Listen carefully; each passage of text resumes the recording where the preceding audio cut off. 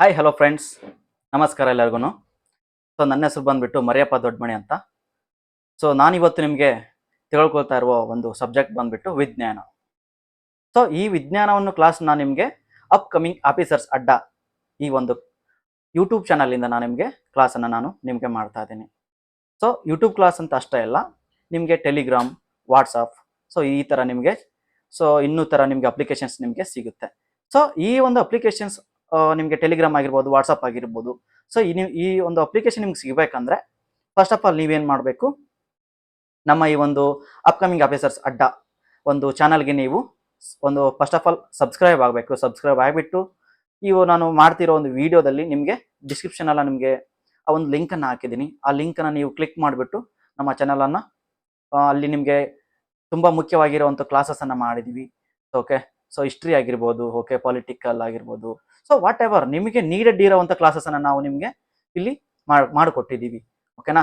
ನಿಮ್ಗೆ ಇನ್ನೂ ಹೆಚ್ಚಿನ ಮಾಹಿತಿ ಬೇಕಂದರೆ ನಮ್ಮ ಒಂದು ಅಪ್ಕಮಿಂಗ್ ಆಫೀಸರ್ಸ್ ಅಡ್ಡ ಒಂದು ಕ್ಲಾಸನ್ನು ನೀವು ಸಬ್ಸ್ಕ್ರೈಬ್ ಆಗಿ ಈ ಒಂದು ಕ್ಲಾಸಿನ ಒಂದು ನೀವು ಉಪಯೋಗ ತೆಗೆದುಕೊಳ್ಳಿ. ಓಕೆನಾ? ಈ ಒಂದು ಅಪ್ಕಮಿಂಗ್ ಆಫೀಸರ್ಸ್ ಅಡ್ಡ ಒಂದು ಕ್ಲಾಸಲ್ಲಿ ಆಲ್ರೆಡಿ ನಿಮಗೆ ಇಲ್ಲಿ ನೀವು ನೋಡಬೇಕಾಗಿರೋದೇನಂದ್ರೆ 6500 ಆಲ್ರೆಡಿ ಮೆಂಬರ್ಸ್ ಆಲ್ರೆಡಿ ಜಾಯ್ನ್ ಆಗಿದ್ದಾರೆ. ಅವರನ್ನು ಕೂಡ ಬೆನಿಫಿಟ್ಸ್ ತಗೋತಾ ಇದ್ದಾರೆ. ಓಕೆನಾ? ನೀವು ಕೂಡ ಒಂದು ಬೆನಿಫಿಟ್ಸನ್ನು ತಗೊಳ್ಳಿ ಅಂತ ನಾನು ನಿಮಗೆ ಹೇಳ್ತಾ ಇದ್ದೀನಿ. ಓಕೆ, ಡೋಂಟ್ ವರಿ, ಟೈಮನ್ನು ವೇಸ್ಟ್ ಮಾಡದೆ ನಾವು ಮುಂದೆ ಹೋಗೋಣ. ಓಕೆನಾ? ಇಲ್ಲಿ ನಮ್ಮ ಮುಖ್ಯವಾಗಿ ಟಾರ್ಗೆಟ್ ಬಂದುಬಿಟ್ಟು PCPSI 2025. PCPSI ಯಾರು ಸ್ಟಡಿ ಮಾಡ್ತಾ ಇದ್ದೀರಾ, ಅವರಿಗೆಲ್ಲನೂ ಕೂಡ ಇದು ನಿಮಗೆ ತುಂಬಾ ಹೆಲ್ಪ್ ಆಗುತ್ತೆ. ಓಕೆನಾ? ಮುಖ್ಯವಾಗಿ ಇಲ್ಲಿ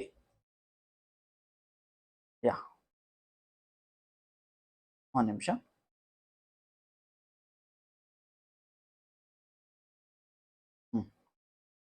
ಫಸ್ಟ್ ಕ್ವಶನ್ ನೋಡೋದಾದ್ರೆ ನಾವಿವಾಗ ಈ ಕೆಳಗಿನಲ್ಲಿ ಯಾವುದು ವೈರಸ್ ರೋಗವಲ್ಲ. ಓಕೆನಾ? ಇಲ್ಲಿ ಯಾವುದು ವೈರಸ್ ರೋಗವಲ್ಲ ಅಂತ ಕೊಟ್ಟಿದ್ದೇನೆ. ಆಪ್ಷನ್ ಬಂದ್ಬಿಟ್ಟು Ebola, HIV, H1 and N1 ಮತ್ತು ಡಿ ಬಂದ್ಬಿಟ್ಟು ಕ್ಷಯ ರೋಗ.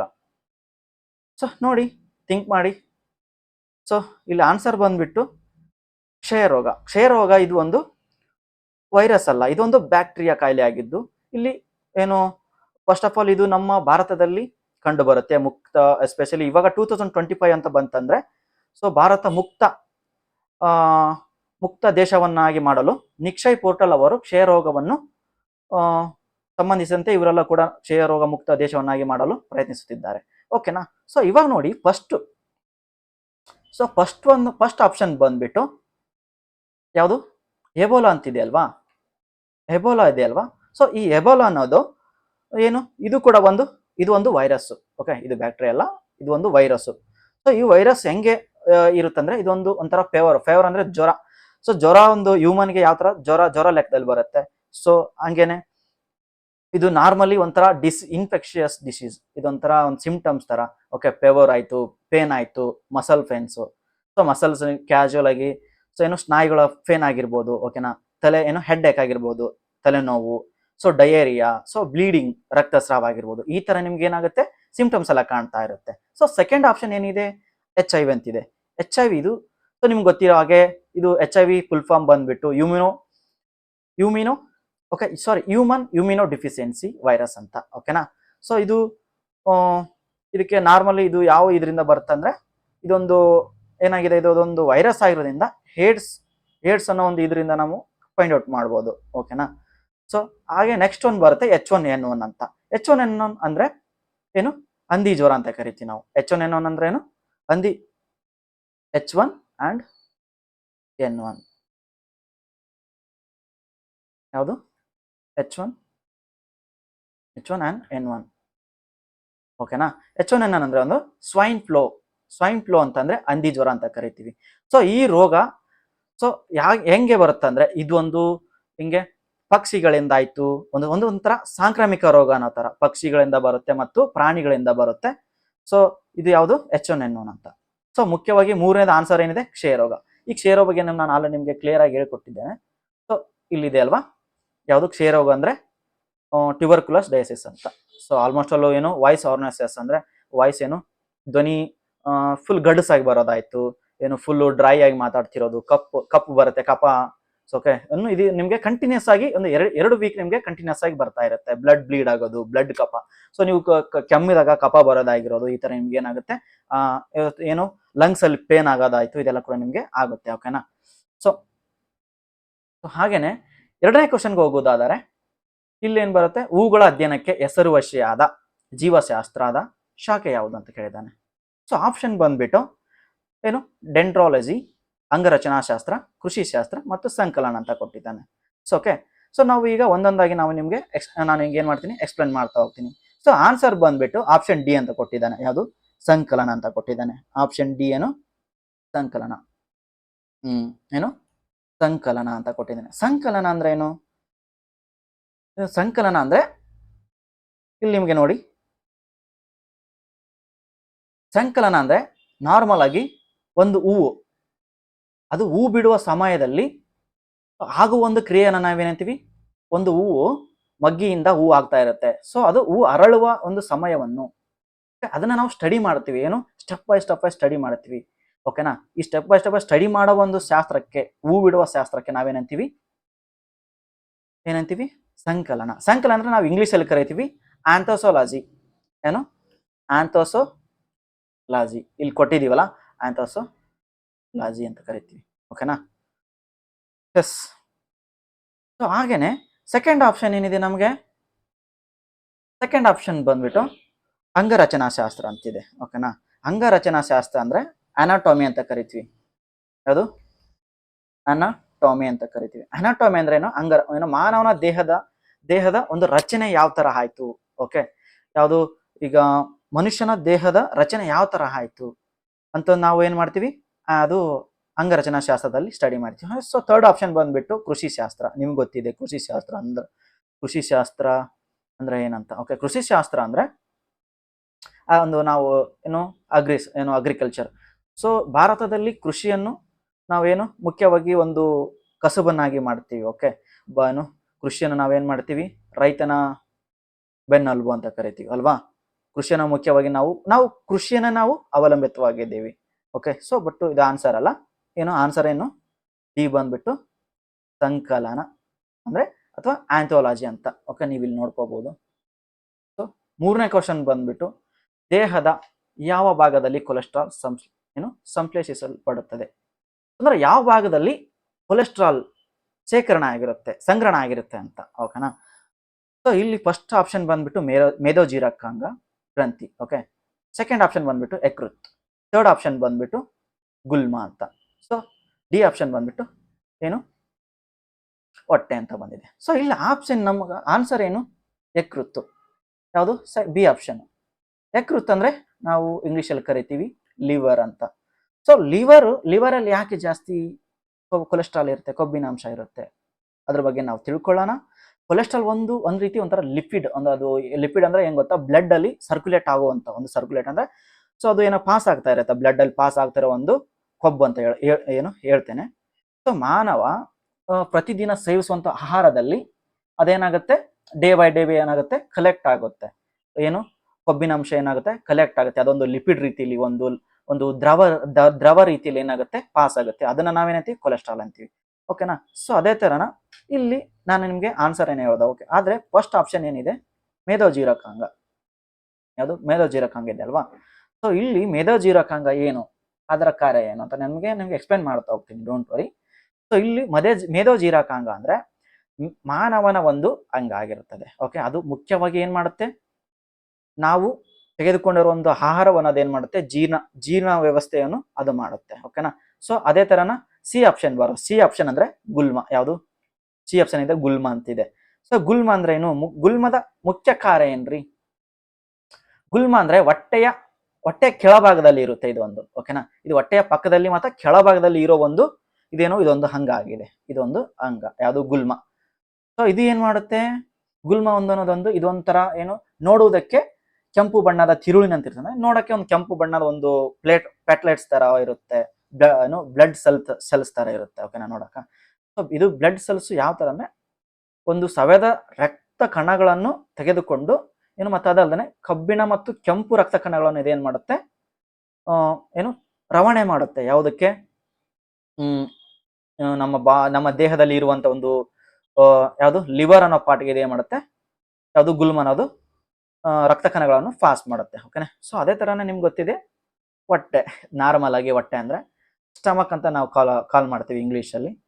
ಸ್ಟಮಕ್ ಬಂದ್ಬಿಟ್ಟು ನಾರ್ಮಲ್ ಆಗಿ ಏನ್ ಮಾಡುತ್ತೆ, ಎಲ್ಲಾನು ನಾವು ಊಟ ಮಾಡಿರುವಂತೆಲ್ಲ ಒಂದು ಆಹಾರವನ್ನು ಇದೆ ಮತ್ತೆ ಜೀರ್ಣ ವ್ಯವಸ್ಥೆಯಲ್ಲಿ ತಗೊಂಡೋಗುತ್ತೆ. ಅನ್ನನಾಳ ಮತ್ತು ಸಣ್ಣ ಕರುಳಿನ ಜೊತೆಗೆ ಇದೇನ್ ಮಾಡುತ್ತೆ, ಎಲ್ಲಾನು ಕೂಡ ನಾವು ಊಟ ಮಾಡಿರುವಂತ ಆಹಾರವನ್ನು ಜೀರ್ಣ ಒಂದು ವ್ಯವಸ್ಥೆಗೆ ತೆಗೆದುಕೊಂಡು ಹೋಗುತ್ತೆ. ಓಕೆನಾ. ಮುಂದಿನ ಇಲ್ಲಿ ನೋಡ್ಬೋದು, ಲಿವರ್ ಅನ್ನೋದೊಂದು ಪಿಕ್ಚರ್ ನೀವು ನೋಡ್ಬೋದು ಯಾವ ತರ ಇದೆ. ಸೊ ಇದು ಕೊಲೆಸ್ಟ್ರಾಲ್ ಯಾವ ತರ ವರ್ಕ್ ಆಗ್ತಿದೆ, ನಾವು ತೆಗೆದುಕೊಂಡಿರುವಂತ ಫುಡ್ ಯಾವ ತರ ವರ್ಕ್ ಆಗ್ತಿದೆ ಅಂತ ನೀವು ಇಲ್ಲಿ ನೋಡ್ಬೋದು. ಓಕೆನಾ. ಮುಂದಿನ ಕ್ವಶನ್ಗೆ ಹೋಗೋದಾದರೆ ಕ್ಲೋರೋಫಿಲ್ನ ಕಾರ್ಯವೇನು? ಕ್ಲೋರೋಫಿಲ್. ಓಕೆನಾ. ಕ್ಲೋರೋಫಿಲ್ ಕಾರ್ಯವೇನು ಅಂತ ಇಲ್ಲಿ ಕೊಟ್ಟಿದ್ದಾನೆ. ಸೊ ಆಪ್ಷನ್ ಬಂದ್ಬಿಟ್ಟು ಹಸಿರು ಬೆಳಕನ್ನು ಹೊರಸೂಸುತ್ತದೆ, ಎಲೆಗಳಲ್ಲಿ ಪಿಷ್ಟವನ್ನು ಸಂಗ್ರಹಿಸುತ್ತದೆ, ಬೆಳಕಿನ ಶಕ್ತಿಯನ್ನು ಬಲೆಗೆ ಬೀಳಿಸುತ್ತದೆ ಮತ್ತು ನೀರನ್ನು ಆಕರ್ಷಿಸುತ್ತದೆ. ಓಕೆನಾ. ಸೊ ಇಲ್ಲಿ ನೋಡ್ಬೋದು, ಇಲ್ಲಿನ ಆಪ್ಷನ್ ಇದಕ್ಕೆ ಆನ್ಸರ್ ಬಂದ್ಬಿಟ್ಟು ಆಪ್ಷನ್ ಸಿ ಆಗಿರುತ್ತದೆ. ಬೆಳಕಿನ ಶಕ್ತಿಯನ್ನು ಬಲೆಗೆ ಬೀಳಿಸದಂತೆ ಕೊಟ್ಟಿದ್ದಾನೆ. ಓಕೆನಾ. ಕ್ಲೋರೋಫಿಲ್ ಏನ್ ಕೆಲಸ ಮಾಡುತ್ತೆ ಮುಖ್ಯವಾಗಿ ನೀವು ಇಲ್ಲಿ ನೋಡ್ಬೋದು. ಕ್ಲೋರೋಫಿಲ್ ಅನ್ನೋದು ಒಂದು ಸಯೋನೈಡ್ ಬ್ಯಾಕ್ಟೀರಿಯಾ. ಓಕೆ. ಇದರಲ್ಲಿ ಇಲ್ಲಿ ನೀವು ನೋಡ್ತಿರ್ಬೋದು ಇಲ್ಲಿ ಪಿಕ್ಚರ್ ಅಲ್ಲಿ ಇದು ಏನು ಈ ಪಾರ್ಟ್ಸ್ ಗಳಿವೆ. ಸಯನೈಡ್ ಆಯ್ತು, ಏನೋ xylem, phylum, cuticle, okay, epidermis. So English ಅಲ್ಲಿ ಇದೆ, ಡೋಂಟ್ ವರಿ, ಬಟ್ ನಾನು ನಿಮಗೆ ಎಕ್ಸ್ಪ್ಲೇನ್ ಮಾಡ್ತೀನಿ. ಸೊ ಇದು ಎಲೆ ಇರುತ್ತಲ್ವಾ, ಎಲೆ ಸೂರ್ಯನ ಬೆಳಕನ್ನು ಅಬ್ಸರ್ವ್ ಮಾಡಿಕೊಂಡು, ಸೊ ಇದೇನು ಸಯನೈಡ್ ಬ್ಯಾಕ್ಟೀರಿಯಾದಿಂದ ಅದೇನ್ ಮಾಡುತ್ತೆ, ಸಸ್ಯಗಳಲ್ಲಿ ಒಂದು ಕಂಡು ಬರುವಂತ ಒಂದು ದ್ರವವನ್ನು ಅದೇನ್ ಮಾಡುತ್ತೆ, ದ್ಯುತಿ ಸಂಶ್ಲೇಷಣ ಕ್ರಿಯೆಯನ್ನಾಗಿ ಕನ್ವರ್ಟ್ ಮಾಡುತ್ತೆ. ಓಕೆ. ಕನ್ವರ್ಟ್ ಮಾಡಿಬಿಟ್ಟು ಅದು ಏನು ಸೂರ್ಯನ ಕಿರಣಗಳನ್ನು ಹೀರಿಕೊಂಡು ಅದೇನ್ ಮಾಡುತ್ತೆ, ಕ್ಲೋರೋಫಿಲ್ಸ್ ಅನ್ನೋ ಒಂದು ಸಸ್ಯಗಳಿಗೆ ಒಂದು ರಾಸಾಯನಿಕ ಕ್ರಿಯೆಯನ್ನಾಗಿ ಕ್ರಿಯೇಟ್ ಮಾಡುತ್ತೆ. ಓಕೆನಾ. ಎಸ್. ಮುಂದಿನ ಒಂದು ಕ್ವಶನ್ಗೆ ಹೋಗೋಣ. ಐದನೇ ಕ್ವಶನ್ ಬಂದ್ಬಿಟ್ಟು ಒಂದು ವಸ್ತುವಿನ ಜಡತ್ವವು ಈ ಕೆಳಗಿನ ಯಾವುದನ್ನು ಅವಲಂಬಿಸಿರುತ್ತದೆ? ಅದು ಒಂದು ವಸ್ತುವಿನ ಜಡತ್ವ ಈ ಕೆಳಗಿನ ಯಾವುದನ್ನು ಅವಲಂಬಿಸಿರುತ್ತೆ. ಆಪ್ಷನ್ ಎ ಬಂದ್ಬಿಟ್ಟು ಬೃಹತ್, ಸೆಕೆಂಡ್ ಬಿ ಗಾತ್ರ, ಆಪ್ಷನ್ ಸಿ ಬಂದ್ಬಿಟ್ಟು ಆಕಾರ, ಆಪ್ಷನ್ ಡಿ ಬಂದ್ಬಿಟ್ಟು ದ್ರವ್ಯರಾಶಿ. ಓಕೆನಾ. ಇಲ್ಲಿ ನಾವು ಎಕ್ಸ್ಪ್ಲೈನ್ ಮಾಡ್ತಾ ಹೋಗೋಣ. ಆನ್ಸರ್ ಬಂದ್ಬಿಟ್ಟು ಡಿ ಆಗಿರುತ್ತೆ. ಯಾವುದು ದ್ರವ್ಯರಾಶಿ ಅಂತ. ಯಾವುದು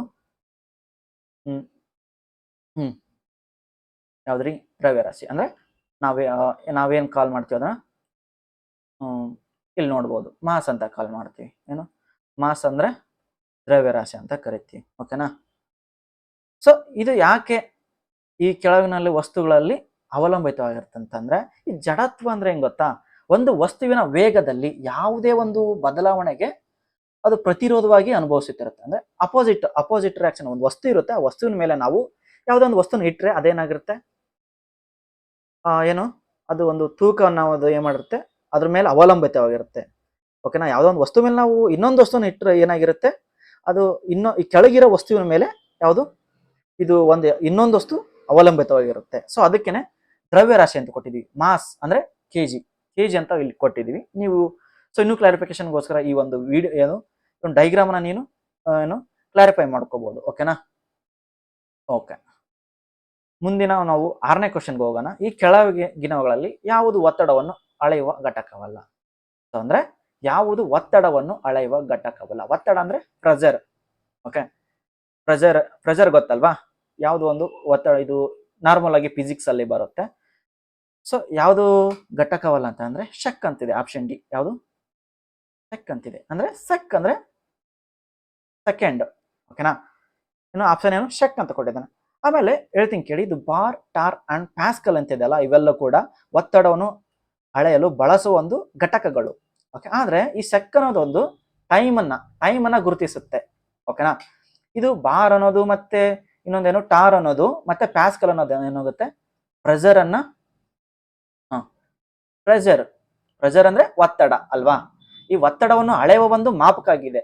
ಬಟ್ ಅದೇ ಇದು ಈ ಸೆಕ್ ಅನ್ನೋದೇನಾಗಿದೆ, ಒಂದು ಟೈಮ್ ಅನ್ನ ಗುರುತಿಸುತ್ತೆ. ಅದಕ್ಕೆ ನಾವು ಇದನ್ನ ಏನಂದು ಒತ್ತಡವನ್ನು ಅಳೆಯುವ ಘಟಕ ಅಲ್ಲ ಎಂದು ನಾವು ಕನ್ಫರ್ಮ್ ಆಗಿ ತಿಳ್ಕೊಬೇಕಾಗುತ್ತೆ. ಓಕೆನಾ? ಸೊ ಇಲ್ಲಿ ನೋಡಿ, ಒನ್ ಸಕ್ಕಿಗೆ ಎಷ್ಟು 10⁻10⁻8 ಸೆಕೆಂಡ್.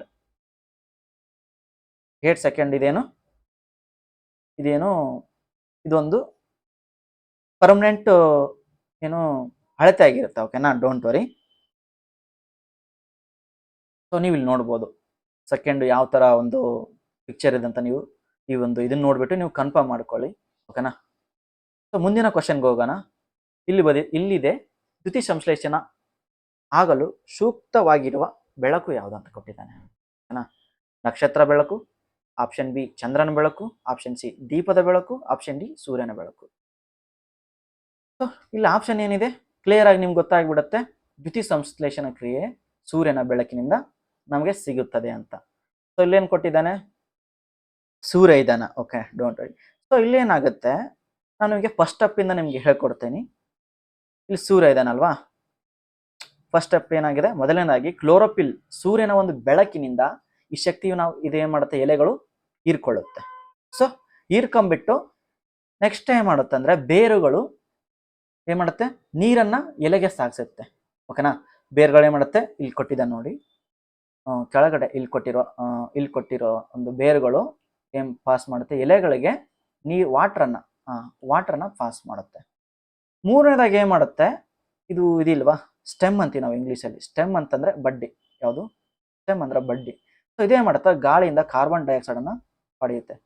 ಅದು ಸ್ಟೊಮ್ಯಾಟೊ ಅಂತೀವಿ, ಇದು ಎಲೆಗಳಾಗಿರ್ಬೋದು. ಸೊ ಹಂಗೆ ಇದೇನು ಅಪ್ಪರ್ ಸೈಡ್ ಹೋಗ್ತಾ ಹೋಗ್ತಾ ಏನಾಗುತ್ತೆ, ಗಾಳಿಯಿಂದ ಕಾರ್ಬನ್ ಡೈಆಕ್ಸೈಡ್ ಅನ್ನು ಪಡೆಯುತ್ತೆ. ಸೊ ನಾಲ್ಕನೇದಾನ ಏನಾಗುತ್ತೆ, ರಾಸಾಯನಿಕ ಕ್ರಿಯೆಯಿಂದ ಸರಣಿಯಿಂದ ಅದೇನಾಗುತ್ತೆ, ಹೈಡ್ರೋಜನ್ ಮತ್ತು ಕಾರ್ಬನ್ ಅನ್ನು ಎಲ್ಲಾನು ಒಟ್ಟಿಗೆ ಸೇರ್ಕೊಂಡ್ಬಿಟ್ಟು ಸಸ್ಯಕ್ಕೆ ಅದೇನು ಆ ಗಿಡಕ್ಕೆ ಏನ್ ಮಾಡುತ್ತೆ, ಗ್ಲೂಕೋಸ್ ಅನ್ನೋ ಒಂದು ಆಹಾರವನ್ನು ಏನ್ ಮಾಡುತ್ತೆ, ಉತ್ಪಾದಿಸುತ್ತೆ. ಇಲ್ಲಿ ಕೊಟ್ಟಿದೆ ನೋಡಿ, ಗ್ಲೂಕೋಸ್ ಅಂದ್ರೆ ಸೊ ಒಂದು ಶುಗರ್ ಕಂಟೆಂಟ್. ಗ್ಲೂಕೋಸ್ ನಾವು ಇನ್ನೊಂದು ಸೈಂಟಿಫಿಕ್ ನೇಮ್ ಏನಂತ ಹೇಳ್ತೀವಿ, ಶುಗರ್ ಅಥವಾ ಏನು ಗ್ಲೂಕೋಸ್ ಅಂತ ಹೇಳ್ತೀವಿ. ಸೊ ಅದೇನ್ ಮಾಡುತ್ತೆ, ಕಾರ್ಬನ್ ಡೈಆಕ್ಸೈಡ್ ಇಂದ ಅಂದ್ರೆ O2 ಇಂದ ಇದು ಕಾರ್ಬನ್ ಡೈಆಕ್ಸೈಡ್ ಇಂದ ಏನ್ ಮಾಡ್ತೀವಿ, ಶುಗರ್ ಕಂಟೆಂಟ್ ಅನ್ನ ಪ್ರೊಡ್ಯೂಸ್ ಮಾಡುತ್ತೆ. ಸೊ ಅದೇ ಐದನೇದು ಏನಾಗುತ್ತೆ, ಆಮ್ಲಜನಕವನ್ನು ತ್ಯಾಜ್ಯ ಉತ್ಪನ್ನವಾಗಿ ಗಾಳಿಯಲ್ಲಿ ಬಿಡುಗಡೆ ಮಾಡುತ್ತೆ. ಏನು ಆಮ್ಲಜನಕದಿಂದ ಏನಾಗುತ್ತೆ, ತ್ಯಾಜ್ಯ ಉತ್ಪನ್ನವಾಗಿ ಗಾಳಿಯಲ್ಲಿ ಬಿಡುಗಡೆ ಆಗುತ್ತೆ. ಇದು ನಮಗೆ ಅತ್ಯಗತ್ಯ. ಓಕೆನಾ? ಯಾಕಂದ್ರೆ ಸೊ ಇದರಿಂದ ನಾವು ಡೈಲಿ ಫುಡ್ ಅನ್ನ ನಾವು ತೆಗೆದುಕೊಳ್ತಾ ಇರೋದು. ಓಕೆ, ಇದು ಫೋಟೋಸಿಂಥಸಿಸ್ ಚೆನ್ನಾಗಿ ನಡೆದ್ರೇನೆ ನಾವು ಡೈಲಿ ಫುಡ್ ಅನ್ನ ನಾವು ತೆಗೆದುಕೊಳ್ತಿರೋದು. ಓಕೆನಾ? ಸೊ ಮುಂದಿನ ನಾವು ಕ್ವಶನ್ಗೆ ಹೋಗೋದಾದ್ರೆ 8ನೇ ಕ್ವಶನ್, ವಾಹನದ ಚಾಲಕರು ತಮ್ಮ ಹಿಂದಿನ ರಸ್ತೆಯನ್ನು ನೋಡಲು ಯಾವ ರೀತಿಯ ಕನ್ನಡಿಯನ್ನು ಬಳಸುತ್ತಾರೆ? ವಾಹನ ಚಾಲಕರು ತಮ್ಮ ಹಿಂದಿನ ರಸ್ತೆಯನ್ನು ನೋಡಲು ಯಾವ ರೀತಿಯ ಕನ್ನಡಿಯನ್ನು ಬಳಸುತ್ತಾರೆ ಅಂತ. ಓಕೆ, ಫಸ್ಟ್ ಕ್ವಶನ್ ಆಪ್ಷನ್ ಕೊಟ್ಟಿದ್ದಾನೆ. ಯಾವುದು? ಪೀನಮಸೂರ, ಕಾನ್ಕೇವ್, ಸಮತಲ ಅಂಡ್ ಕಾನ್ವೆಕ್ಸ್. ಇದ್ಯಾವುದು? ಕಾನ್ವೆಕ್ಸ್ ಮಸೂರ ಅಂತ. ಓಕೆ, ಇಲ್ಲಿ ಆಪ್ಷನ್ ಬಂದ್ಬಿಟ್ಟು ನಮ್ಗೆ ಯಾವ್ದು ಇರುತ್ತೆ ಅಂದ್ರೆ ಯಾವುದು? Option A. ಯಾವುದು? ಪೀನಮಸೂರ ಅಂದ್ರೆ ಕಾನ್ವೆಕ್ಸ್ ಮಿರರ್ ಅಂತ. ಕಾನ್ವೆಕ್ಸ್ ಮಿರರ್ ಇದು ಯಾವ ತರ ಕೆಲಸ ಮಾಡುತ್ತಂದ್ರೆ, ಸೊ ನಮ್ಗೆ ದೂರದಿಂದ ಯಾವುದೇ ಒಂದು ವೆಹಿಕಲ್, ಯಾವುದೇ ಒಂದು ಗಾಡಿ ಆಗಿರ್ಲಿ, ನಮ್ಗೆ ಕಾರಲ್ಲಿ ರೈಟ್ ಸೈಡ್ ಮತ್ತೆ ಲೆಫ್ಟ್ ಸೈಡ್ ಮಿರರ್ಗಳಿರುತ್ತೆ. ಮಿರರ್ ಅಲ್ಲಿ ನಾವು ನೋಡ್ಕೋಬಹುದು. ಸೊ ಅದು ಏನಿರುತ್ತೆ, ದೂರ ಅದು ಏನು ಗೊತ್ತಾ, ದೂರ ಇರೋದನ್ನ ಹತ್ರ ಆಗಿ ತೋರಿಸುತ್ತೆ. ಯಾವುದು? ಕಾನ್ವೆಕ್ಸ್ ಅಂದ್ರೆ ಪೀನಮಸೂರ.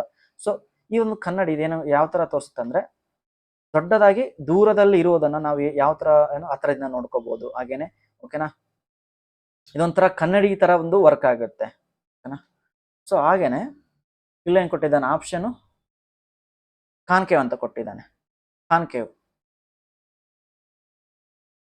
ಆನ್ಸರ್ ಯಾವುದು? ಫಸ್ಟ್ ಒನ್ ಪೀನಮಸೂರ ಕರೆಕ್ಟ್ ಇದೆ. ಸೊ ನೆಕ್ಸ್ಟ್ ಕ್ವಶನ್ಗೆ ಹೋಗೋಣ. ಶಬ್ದದ ತೀವ್ರತೆಯನ್ನು ಅಳೆಯುವ ಘಟಕ ಯಾವುದು? ಶಬ್ದದ ತೀವ್ರತೆಯನ್ನು ಅಳೆಯುವ ಘಟಕ ಯಾವುದು ಅಂತ ಕೊಟ್ಟಿದ್ದಾನೆ. ಸೊ ಇಲ್ಲಿ ನೋಡ್ರಿ, ನಿಮಗೆ ಆಪ್ಷನ್ ಏನು ಕೊಟ್ಟಿದ್ದಾನೆ, ಗಂಟುಗಳು, ಆಂಪಿಯರ್, ಕ್ಯಾಂಡಲ ಮತ್ತು ಡೆಸಿಬಲ್ ಅಂತ ಕೊಟ್ಟಿದ್ದಾನೆ. ಸೊ ಇಲ್ಲಿ ಎಕ್ಸಾಕ್ಟ್ ಆನ್ಸರ್ ಬಂದ್ಬಿಟ್ಟು ಡೆಸಿಬಲ್ ಅಂತ. ಶಬ್ದದ ಸೌಂಡ್ ಎಫೆಕ್ಟ್ ಅನ್ನ ನಾವು ಯಾವುದರಲ್ಲಿ ನಾವು ಏನ್ ಮಾಡ್ತೀವಿ, ಕಲೆಕ್ಟ್ ಮಾಡ್ತೀವಿ ಅಂದ್ರೆ ಅದೊಂದು ಡೆಸಿಬಲ್ ಅನ್ನೋದೊಂದು ಘಟಕ. ಅದು ಒಂದು ಮಷಿನ್. ಓಕೆನಾ? ಅದರಿಂದ ನಾವೇನ್ ಮಾಡ್ತೀವಿ, ಶಬ್ದವನ್ನು ನಾವು ಡೆಸಿಬಲ್ ರೀತಿಯಲ್ಲಿ ನಾವು ಡೆಸಿಬಲ್ ಅಂದ್ರೆ ಡಿ.ಬಿ ಅಂತೀವಿ. ಡಿ.ಬಿ ಇಂದ ನಾವು ಇಂಗ್ಲಿಷಲ್ಲಿ ನಾವು ಶಾರ್ಟ್ಕಟ್ ಆಗಿ ಡಿ.ಬಿ ಅಂತ ಡೆಸಿಬಲ್ ಅಂತ ಕರಿತೀವಿ. ಈ ಡೆಸಿಬಲ್ ಅನ್ನೋದೊಂದು ಶಬ್ದದ ತೀವ್ರತೆಯನ್ನು ಅಳೆಯಲು ಅಳೆಯುವ ಒಂದು ಬಳಸುವ ಒಂದು ಘಟಕವಾಗಿದೆ. ಇದನ್ನು ಒಂದು ಎಲೆಕ್ಟ್ರಾನಿಕ್ ಸಿಗ್ನಲ್ ತರ ನಾವು ಬಳಕೆ ಮಾಡ್ತೀವಿ. ಸೊ ಅದಲ್ಲದೆ ಇದು ವ್ಯಾಪಕವಾಗಿ ಡಿ.ಬಿ ಅನುಪಾತದಲ್ಲಿ ನಾವು ಯೂಸ್ ಮಾಡ್ತೀವಿ. ಸೊ ಮುಖ್ಯವಾಗಿ ಇದನ್ನು ನಾವು ಅನುಪಾತ ರೀತಿಯಲ್ಲಿ ನೋಡೋದಾದ್ರೆ ಶಕ್ತಿ, ಧ್ವನಿ, ಒತ್ತಡ, ವೋಲ್ಟೇಜ್ ಮತ್ತು ಅಥವಾ ಇನ್ನೂ ಮುಖ್ಯವಾಗಿ ತೀವ್ರತೆಗಳನ್ನು ಇನ್ನು ಇತ್ಯಾದಿ ಮೂಲಕವಾಗಿ ನಾವು ಬಳಸ್ತೇವೆ. ಓಕೆನಾ. ಸೊ ನೀವು ಇಲ್ಲಿ ನೋಡ್ಬೋದು. ಸೊ ಯಾವ ತರ ಸೌಂಡ್ ಆಗಿರ್ಬೋದು, ಲೈಟ್ ಆಗಿರ್ಬೋದು, ಯಾವ ತರ ಸ್ಪ್ರೆಡ್ ಆಗಿದೆ ಅಂತ. ಓಕೆನಾ. ಇದು ಯಾವುದು ಡೆಸಿಬಲ್.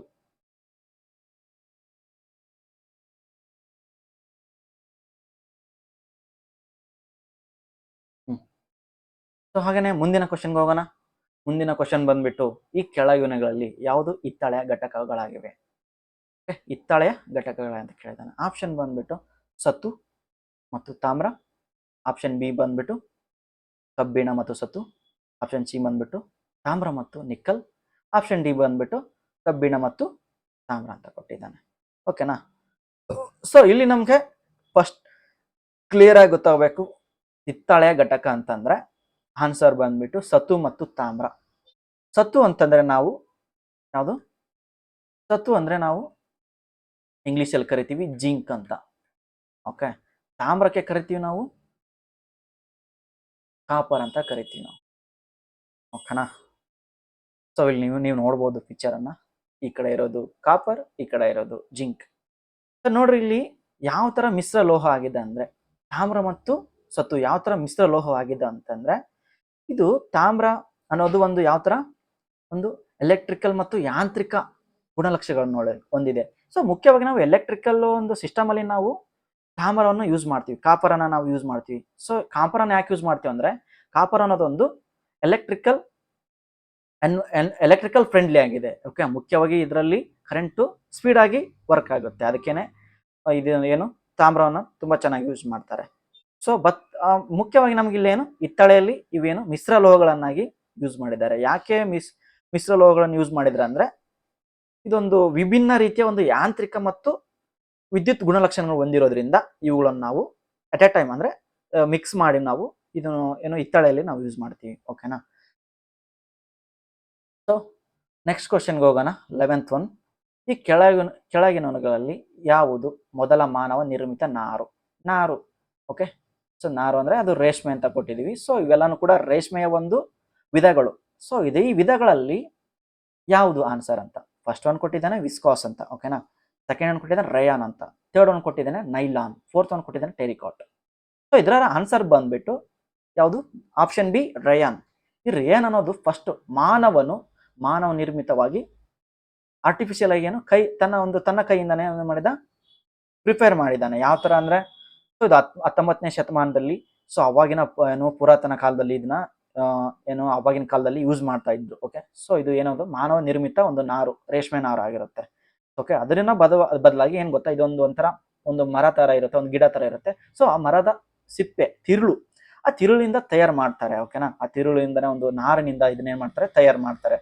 ಓಕೆನಾ. ಅದೇ ತರನೇ ನೈಲಾನು ಇದೊಂಥರ ನಾರು. ಹಾಗೆ ಕಲ್ಲಿದ್ದಲು, ನೀರು ಮತ್ತು ಗಾಳಿ ಇದರಿಂದ ಏನ್ ಮಾಡ್ತಾರೆ, ನೈಲಾನು ಸಂಪೂರ್ಣವಾಗಿ ಸಂಶ್ಲೇಷಿತ ಆಗಿರುತ್ತೆ. ಓಕೆನಾ. ಸೊ ಅದೇ ತರನ ಇದು ಮುಖ್ಯವಾಗಿ ನಾವು ಈ ಆನ್ಸರ್ ಬಂದ್ಬಿಟ್ಟು ರಯನ್ ಅಂತಿದೆ. ರಯನು ನಾನು ನಿಮ್ಗೆ ಹೇಳಿದೆ ಸಸ್ಯಗಳಿಂದ, ಗಿಡಗಳಿಂದ, ಪ್ಲಾಂಟ್ ಅದರ ಒಂದು ಸಿಪ್ಪೆಯಿಂದ ಅಂದ್ರೆ ಏನಂತಾರೆ, ಅದ್ರ ಒಂದು ತಿರುಳಿನಿಂದ ಶುದ್ಧೀಕರಣ ಮಾಡ್ತಾರೆ. ಇದೊಂದು ಯಾವ ತರ ಶುದ್ಧೀಕರಣ ಮಾಡ್ತಾರೆ ಅಂದ್ರೆ ಅದೊಂದು ಫ್ಯಾಕ್ಟ್ರಿಯಲ್ಲಿ ಕೂಡ ಒಂದು ಬಿಸಿ ನೀರಲ್ಲಿ ಹಾಕ್ಬಿಟ್ಟು ಅದೊಂದು ನೆಕ್ಸ್ಟ್ ಪ್ರೋಸೆಸ್ ಅನ್ನ ಅದೇನ್ ಮಾಡ್ತಾರೆ, ಇದು ಮಾಡ್ತಾರೆ. ಸೊ ಇಲ್ಲಿ ನೋಡಿ ಆಪ್ಷನ್ ಏನ್ ಕೊಟ್ಟಿದ್ದಾನೆ, ವಿಸ್ಕೋಸ್ ಅಂತ ಕೊಟ್ಟಿದ್ದಾನೆ. ವಿಸ್ಕೋಸ್ ಅನ್ನೋದಂದ್ರೆ ಏನು? ವಿಸ್ಕೋಸ್ನ ಇನ್ನೊಂದು ಉಪಭಾಗಕ್ಕೆ ನಾವೇನಂತೀವಿ, ರೇಯನನ. ಯಾವ್ದ್ರಿ? ರೇಯನನ ಇನ್ನೊಂದು ಉಪಭಾಗಕ್ಕೆ ನಾವೇನಂತೀವಿ, ವಿಸ್ಕೋಸ್ ಅಂತ ಕರಿತೀವಿ. ವಿಸ್ಕೋಸ್ ಅಂತಾನು ಕರಿತೀವಿ, ರಯನ್ ಅಂತಾನು ಕರಿತೀವಿ. ಯಾಕಂದ್ರೆ ಪುರಾತನ ಕಾಲದಲ್ಲಿ ಇದನ್ನ ಪುನರುತ್ಪಾದನೆಗೋಸ್ಕರ ಸೆಲ್ಯುಲೋಸ್ ಫೈಬರ್ಗಳಿಂದ ತಯಾರಿಸಲ್ಪಟ್ಟಿದ್ದು. ಓಕೆನಾ. ಇದಕ್ಕೆ ಜವಳಿ ನಾರು ಅಂತಾರೆ. ಯಾಕಂದ್ರೆ ರಯಾನ್ ಮತ್ತು ವಿಸ್ಕೋಸ್ ಎರಡು ಕೂಡ ಜವಳಿ ನಾರುಗಳಂತ ಕರೀತಾರೆ. ಓಕೆನಾ. ಇದೊಂಥರ ನೋಡಕ್ಕೆ ಮರದ ಒಂದು ತಿರುಳು ಮತ್ತು ಬಿದುರಿನ ನಾರಿನ ತರ ಇರುತ್ತೆ ನೋಡುವುದಕ್ಕೆ. ಸೊ ಅದನ್ನ ಅವ್ರೇನ್ ಮಾಡ್ತಾರೆ, ಸೊ ತೆಗೆದುಕೊಂಡು ಬಂದ್ಬಿಟ್ಟು ಫುಲ್ ಸ್ಮೂತ್ ಆಗಿ ಏನ್ ಮಾಡ್ತಾರೆ ಅದನ್ನ ಏನು ಅದು ಸ್ಮೂತ್ ಆಗಿ ಅದೇನ್ ಮಾಡ್ತಾರೆ ಯೂಸ್ ಮಾಡ್ತಾರೆ. ಏನು ಯಾವ ತರ ಅಂದ್ರೆ, so next step by step process ಅನ್ನು ಅವ್ರು ಏನ್ ಮಾಡ್ತಾರೆ ಕಂಟಿನ್ಯೂ ಮಾಡ್ಕೊಂಡು ಹೋಗ್ತಾರೆ ಯಾವುದು ವಿಸ್ಕೋಸ್ ಅಲ್ಲಿ. ಸೊ ಅದೇ ತರ ಆಪ್ಷನ್ ಸಿ ಬರುತ್ತೆ ನೈಲಾನ್ ಅಂತ. ನೈಲಾನ್ ನಿಮ್ಗೆ ಕ್ಯಾಶುವಲ್ ಆಗಿ ಇವಾಗ ಎಲ್ಲರೂ ಕೂಡ ಅದು ವಿಯರ್ ಮಾಡೋ ಡ್ರೆಸ್ಗಳು, ಸೊ ಎಲ್ಲರೂ ಯೂಸ್ ಮಾಡ್ತಾರೆ ಬಟ್ಟೆಗಳನ್ನ. ನೈಲಾನ್ ಅದೊಂದು ಸಿಂಥೆಟಿಕ್ ಫೈಬರ್ ಆಗಿರುತ್ತೆ. ಅದೊಂದು ಏನು ಸಿಂಥೆಟಿಕ್ ಫೈಬರ್, ಸಿಂಥೆಟಿಕ್ ಬಾರ್, ಏನು ಸಿಂಥೆಟಿಕ್ ನಾರ್ ಅಂತೀವಿ, ಸಿಂಥೆಟಿಕ್ ಸಿಲ್ಕ್ ಅಂತ ಕೂಡ ಹೇಳ್ತೀವಿ. ಸೊ ಇದನ್ನ ನಾವು ಮೊದಲು ಫೆಬ್ರವರಿ 28, 1935 ಅಲ್ಲಿ ಬಳಸಲಾಗುತ್ತೆ. ಎಲ್ಲಿ 1935 ಅಲ್ಲಿ ಫೆಬ್ರವರಿಯಲ್ಲಿ ಫಸ್ಟ್ ಆಫ್ ಇದನ್ನ ಬಳಸಲಾಗುತ್ತೆ. ಓಕೆ, ಈ ನೈಲಾನ್ ಒಂದು ವಸ್ತು ಆಗಿರೋದ್ರಿಂದ ಮೊದಲು ಹಲ್ಲು ಉಜ್ಜುವ ಬ್ರಷ್ಗಳಲ್ಲಿ ಬಳಸ್ತಾ ಇದ್ರು. ಒಂದು ಬ್ರಷ್, ಹಲ್ಲು ಉಜ್ಜುವ ಒಂದು ಬ್ರಷ್ ಅಲ್ಲಿ ಇದನ್ನ ಬಳಸ್ತಾ ಇದ್ರು. ಸೊ ಹಾಗೆ ಬಳಕೆ ಮಾಡ್ತಾ ಇದನ್ನ ಬಲವಾಗಿ, ಸೊ ನೀರಿನ ನಿರೋಧಕವಾಗಿರೋದ್ರಿಂದ ಇದನ್ನು ಬಟ್ಟೆಗಳಲ್ಲಿ ಕಂಟಿನ್ಯೂಸ್ ಆಗಿ ತಯಾರಿಕೆ ಮಾಡೋದ್ರಲ್ಲಿ ಬಳಸ್ತಾರೆ. ಓಕೆನಾ. ಸೊ ಹಾಗೇನ ಇಲ್ಲೇನು ಆಪ್ಷನ್ ಡಿ ಬರುತ್ತೆ, ಅದು ಟೆರಿಕಾಟ್ ಅಂತಿದೆ. ಆಪ್ಷನ್ ಡಿ ಯಾವುದು? ಟೆರಿಕಾಟ್. ಈ ಟೆರಿಕಾಟ್ ಅನ್ನೋದಂದ್ರೆ ಏನು? ನಾವು ನಾರ್ಮಲ್ ಆಗಿ ಟೆರಿಕಾಟ್ ಡ್ರೆಸ್ ಅಂತ ಇರ್ತೀವಲ್ಲ, ಇದೊಂದು ರೀತಿ ಕೂಡ ಪಾಲಿಸ್ಟರ್ ಡ್ರೆಸ್, ಏನು ಪಾಲಿಸ್ಟರ್ ನಾರಾಗಿರೋದ್ರಿಂದ ಒಂದು ಬಟ್ಟೆ, ಇದು ಕೂಡ ಬಟ್ಟೆನೆ. ಓಕೆನಾ. ಇದನ್ನು ನಾವು ಧರಿಸಲು ಉಪಯೋಗ ಮಾಡ್ತೀವಿ, ಬಟ್ಟೆಗಳಲ್ಲಿ ನಾವು ಧರಿಸಲು ಮತ್ತೆ ಸೊ ಫ್ಯಾಕ್ಟ್ರಿಲಿ ತಯಾರಿಸಲು ಇದೊಂದು ಟೆರಿಕಾಟ್ ಅನ್ನೋ ಇದರಿಂದ ಬಳಕೆ ಮಾಡ್ತಾರೆ. ಓಕೆನಾ. ಇದೇನು ಗೊತ್ತಾ, ಟೆರಿಕಾಟ್ ಅನ್ನೋದು ಫುಲ್ ಹಗುರ ಆಗಿರುತ್ತೆ, ವೇಟ್ಲೆಸ್. ಓಕೆನಾ. ಇಲ್ಲಿ ನೋಡ್ಬೋದು ನೀವು ರೇಯಾನೋ ರಿಯಲ್ ಪಿಕ್ಚರ್ಸ್ ಅನ್ನು ನೀವು ನೋಡ್ಬೋದು. ಈ ತರ ನಿಮ್ಗೆ ಇರುತ್ತೆ, ನೀವು ಜಸ್ಟ್ ಐಡಿಯಾಸ್ ಅನ್ನ ಇಟ್ಕೊಳ್ಳಿ, ಈ ತರ ಪಿಕ್ಚರ್ ಇರುತ್ತೆ ಅಂತ. ಓಕೆನಾ. ಸೊ ಇಲ್ಲೇನಿದೆ, 12th ಕ್ವಶನ್ ಬಂದ್ಬಿಟ್ಟು ಗೋಬರ್ ಗ್ಯಾಸ್. ಗೋಬರ್ ಗ್ಯಾಸ್ ನಲ್ಲಿ ಬಹುಪಾಲು ಇರುವ ಅನಿಲ ಯಾವುದು ಅಂತ. ಮೋಸ್ಟ್ ಆಫ್ ಆಲ್ ಏನು 85%, ಆಲ್ಮೋಸ್ಟ್ ಆಲ್ ಏನು ಗೊತ್ತಾ, ಬಹುಪಾಲು ಇರುವ ಒಂದು ಅನಿಲ ಅಂತಂದ್ರೆ ಯಾವ್ದಿದೆ? ಆಪ್ಷನ್ ಎ ಬಂದ್ಬಿಟ್ಟು carbon dioxide, methane, acetylene and ethylene. So ಇಲ್ಲಿ ನಮ್ಗೆ ಏನು ಆಪ್ಷನ್ ಏನಿದೆ? ಆಪ್ಷನ್ ಬಿ ಇದೆ. ಯಾವುದು? ಮೀಥೇನ್ ಅಂತಿದೆ. ಮೀಥೇನ್ ಅನ್ನೋದೇನು? ಇದೊಂದು ನಮ್ಗೆ ಗೋಬರ್ ಗ್ಯಾಸ್ ಅಲ್ಲಿ ಮುಖ್ಯವಾಗಿ ಸಿಗುವಂತ ಒಂದು ಅನಿಲ. ಸೊ ಈ ಒಂದು ಅನಿಲ ನಾವು ಮುಖ್ಯವಾಗಿ ಎಲ್ಲಿ ಯೂಸ್ ಮಾಡ್ತೀವಿ? ಫುಡ್ ಅಂದ್ರೆ ಆಲ್ಮೋಸ್ಟ್ ಆಲ್ ಏನು ಗ್ಯಾಸ್ ಅಲ್ಲಿ ಯೂಸ್ ಮಾಡ್ತೀವಿ. ಸೊ ಇನ್ನೇನು ಕೆಲವೊಂದು ಫ್ಯೂಯಲ್ ಅಲ್ಲಿ ಯೂಸ್ ಮಾಡ್ತೀವಿ. ಸೊ ಇನ್ನೇನು ಆಲ್ಮೋಸ್ಟ್ ಅಲ್ಲಿ ಫರ್ಟಿಲೈಸರ್ ಅಂದ್ರೆ ಗೊಬ್ಬರಗಳಲ್ಲಿ ಯೂಸ್ ಮಾಡ್ತೀವಿ. ಇನ್ನೇನು ವೇಸ್ಟ್ ಮ್ಯಾನೇಜ್ಮೆಂಟ್ ಅಲ್ಲಿ, ಸೊ ಏನು ಪವರ್ ಜನರೇಟ್ ಅಲ್ಲಿ, ಕೆಮಿಸ್ಟ್ರಿ ಇಂಡಸ್ಟ್ರಿಯಲ್ಲಿ, ಏನು ರಾಸಾಯನಿಕ ಕ್ರಿಯೆಯಲ್ಲಿ ಯೂಸ್ ಮಾಡ್ತೀವಿ. ಓಕೆನಾ. ವೆಹಿಕಲ್ ಏನು ಟ್ರಾನ್ಸ್ಪೋರ್ಟೇಷನ್, ವೆಹಿಕಲ್ ಏನು ಮೂವ್ ಆಗ್ಲಿಕ್ಕೆ, ಸೊ ಅದನ್ನ ಒಂಥರ ನಾವೇನ್ ಮಾಡ್ತೀವಿ ಫ್ಯೂಯಲ್ ತರ ಯೂಸ್ ಮಾಡ್ತೀವಿ. ಯಾವುದು? ಮೀಥೇನ್ ಅನ್ನ. ಓಕೆನಾ. ಮೀಥೇನ್ ತುಂಬಾನೇ ಯೂಸ್ ಇದೆ. ಸೊ ಮೀಥೇನ್ ಒಂದು ಸ್ಟ್ರಕ್ಚರ್ ಇದೆ. ಓಕೆನಾ. ಸ್ಟ್ರಕ್ಚರ್ ನಾನು ನಿಮ್ಗೆ ಹೇಳ್ಕೊಡ್ತೀನಿ. CH4 ಅಂತಿದೆ. ಸಿ ಏನಿರುತ್ತೆ? ಸಿಂಗಲ್ ಆಗಿರುತ್ತೆ 1. ಎಚ್ ಏನಿದು? ಎಚ್ ಎಷ್ಟಿರುತ್ತೆ? 4 ಇರುತ್ತೆ. ಓಕೆನಾ. ಸೊ ನೀವು ಇಲ್ಲಿ ನೋಡ್ಬೋದು CH4 ಹೆಂಗಿದೆ ಅಂತ ನಿಮ್ಗೆ ಎಕ್ಸ್ಪ್ಲೈನ್ ಮಾಡ್ತಾ ಇದ್ದೀನಿ. ಓಕೆನಾ. ಇದು ಮೀಥೇನ್ ಅನ್ನೋದು ಒಂದು ಕಾರ್ಬನ್ ಅನ್ನೋದೊಂದು ಏನು, ಸಿ ಅಂದ್ರೆ ಹೆಂಗ್ ಗೊತ್ತಾ, ಸಿ ಅಂದ್ರೆ ಒಂದು ಕಾರ್ಬನ್ ಅನ್ನೋದೊಂದು ಒಂದು ಕೆಮಿಕಲ್. ಸೊ ಅದೇ ತರನ ಹೈಡ್ರೋಜನ್ ಅನ್ನೋದು ಒಂದು 4 ತರದ ಬಾಂಡಿಂಗ್ ಅನ್ನ ಏನು ಹೊಂದಿರುತ್ತೆ, ಕಾರ್ಬನ್ ಅನ್ನೋದೊಂದು ಬಾಂಡಿಂಗ್ ಹೈಡ್ರೋಜನ್ ಜೊತೆಗೆ ಬಾಂಡಿಂಗ್ ಹೊಂದಿರೋದ್ರಿಂದ ನಾವೇನ್ ಮಾಡ್ತೀವಿ? CH4 ಅಂತ ಕರಿತೀವಿ. ಓಕೆನಾ. ಸೊ ನೆಕ್ಸ್ಟ್ ಆಪ್ಷನ್ ಏನಿದೆ ರೀ? ಕಾರ್ಬನ್ ಡೈಆಕ್ಸೈಡ್ ಅಂತ ಕೊಟ್ಟಿದ್ದಾನೆ ಅಲ್ವಾ? ಕಾರ್ಬನ್ ಡೈಆಕ್ಸೈಡ್, ಈ ಕಾರ್ಬನ್ ಡೈಆಕ್ಸೈಡ್ ಅನ್ನೋದು ಕೂಡ ಒಂದು ಏನು, ಇದು ಒಂದು ಕೂಡ ಒಂದು ಪರಮಾಣು. ಓಕೆ, CO2 ಅಂತ ಕರಿತೀವಲ್ಲ, CO2 ಅಂದ್ರೆ ಕಾರ್ಬನ್ ಡೈಆಕ್ಸೈಡ್. ಇದೇನು ಅಸಿಟಲಿನ್ ಅಂತಿದೆ. ಸೊ ಅಸಿಟಲಿನ್ ಅಂತಂದ್ರೆ ಏನು? ಸೊ ಅಸಿಟಲಿನ್ ಅಂದ್ರೆ ನೀವು ನೋಡಿರ್ಬೋದು ಎಲ್ಲಿ, ಲಾಕ್ಡೌನ್ ಅಲ್ಲಿ ನೀವು ನೋಡಿರ್ಬೋದು ಅಸಿಟಲಿನ್ ನಾವು ಯಾವ ತರ ಯೂಸ್ ಮಾಡಿದ್ವಿ ಅಂದ್ರೆ, ಸೊ ಸಿಲಿಂಡರ್ ಗ್ಯಾಸ್ಗಳನ್ನಾಗಿ ಏನು ನಮಗೆ ಉಸಿರಾಟ ಪ್ರಾಬ್ಲಮ್ ಇರುವಾಗ ಅದು ಅಂತ ಅಷ್ಟೇ ಅಲ್ಲ. ಸೊ ನಮ್ಗೆ ಏನೋ ಒಂದು ಫೀವರ್ ಬಂದಿದ್ರೆ ಆಯ್ತು, ನಾವೇನ್ ಮಾಡ್ತೀವಿ ಇಲ್ಲಿ ರೈಟ್ ಸೈಡ್ ಅಲ್ಲಿ ಅಥವಾ ಏನೋ ಈಟ್ ಚೆಕ್ ಮಾಡೋದಕ್ಕೆ ಜ್ವರ ಬಂದಿದೆ ಅಂತ ನಾವು ಬಾಯಲ್ಲಿ ಇಟ್ಟು ಚೆಕ್ ಮಾಡ್ತಾರೆ, ಇಲ್ಲಾಂದ್ರೆ ಇಲ್ಲೆಲ್ಲ ಸೈಡ್ ಅಲ್ಲಿ ಇಟ್ಬಿಟ್ಟು ಚೆಕ್ ಮಾಡ್ತಾರೆ ಅದಕ್ಕೆ. ಸೊ ಅದೊಂಥರ ಇದು ಏನು ಗ್ಯಾಸ್ ಆಗಿರ್ಬೋದು, ಒಂಥರ ಘಟಕ, ಅದೊಂದು ಮೀಟ್ರಲ್ಲಿ ಚೆಕ್ ಮಾಡ್ತಾರೆ. ನೆಕ್ಸ್ಟ್ ಬರುತ್ತೆ ಇಥಲಿನ್ ಅಂತ. ಇಥಲಿನ್ ಅಂದ್ರೆ ಏನ್ ಗೊತ್ತಾ ನಿಮ್ಗೆ? ಆಲ್ಮೋಸ್ಟ್ ಅಲ್ಲೂ ಗೊತ್ತಿರುತ್ತೆ. ಸೊ ಇದನ್ನ ನಾವು ಫ್ರೂಟ್ಸ್ಗಳಲ್ಲಿ ಯೂಸ್ ಮಾಡ್ತೀವಿ. ಫ್ರೂಟ್ಸ್ ರೈಪನ್ ಏನು ಫ್ರೂಟ್ಸ್ಗಳು ಹಣ್ಣಾಗುವುದಕ್ಕೆ ನಾವೇನ್ ಮಾಡ್ತೀವಿ? ಈ ಒಂದು ಇಥಲಿನ್ ಅನ್ನೋದನ್ನ ನಾವು ಯೂಸ್ ಮಾಡ್ತೀವಿ. ನೀವು ಇಲ್ಲಿ ನೋಡ್ಕೋಬಹುದು. ಓಕೆನಾ. ಫ್ರೂಟ್ಸ್ಗಳಲ್ಲಿ ನಾವು ಯೂಸ್ ಮಾಡ್ತೀವಿ. ಸೊ ಇಥಲಿನ್ಗೆ ನಾವು ಈ ತರ ಕರಿತೀವಿ, ಏನು C2H4 ಅಂತ. ಕಾರ್ಬನ್ ಎಷ್ಟು 2% ಇರುತ್ತೆ, H ಅನ್ನೋದು 4 ಏನು 4ರ ಅಂಶದಷ್ಟೇ ಇರುತ್ತೆ. ಓಕೆನಾ. ಇಥಲಿನ್ ನಾವು ಹಣ್ಣುಗಳು, ಮುಖ್ಯವಾಗಿ ಹಣ್ಣುಗಳು ಆಗಲು ನಾವು ಇಥಲಿನ್ ಅನ್ನೋದೊಂದು ಕೆಮಿಕಲ್ಸ್ ಅನ್ನ ಯೂಸ್ ಮಾಡ್ತೀವಿ. ಓಕೆ. ಸೊ ಈ ಗೋಬರ್ ಗ್ಯಾಸ್ನ ಆನ್ಸರ್ ಏನ್ರಿ? ಮಿಥೇನ್.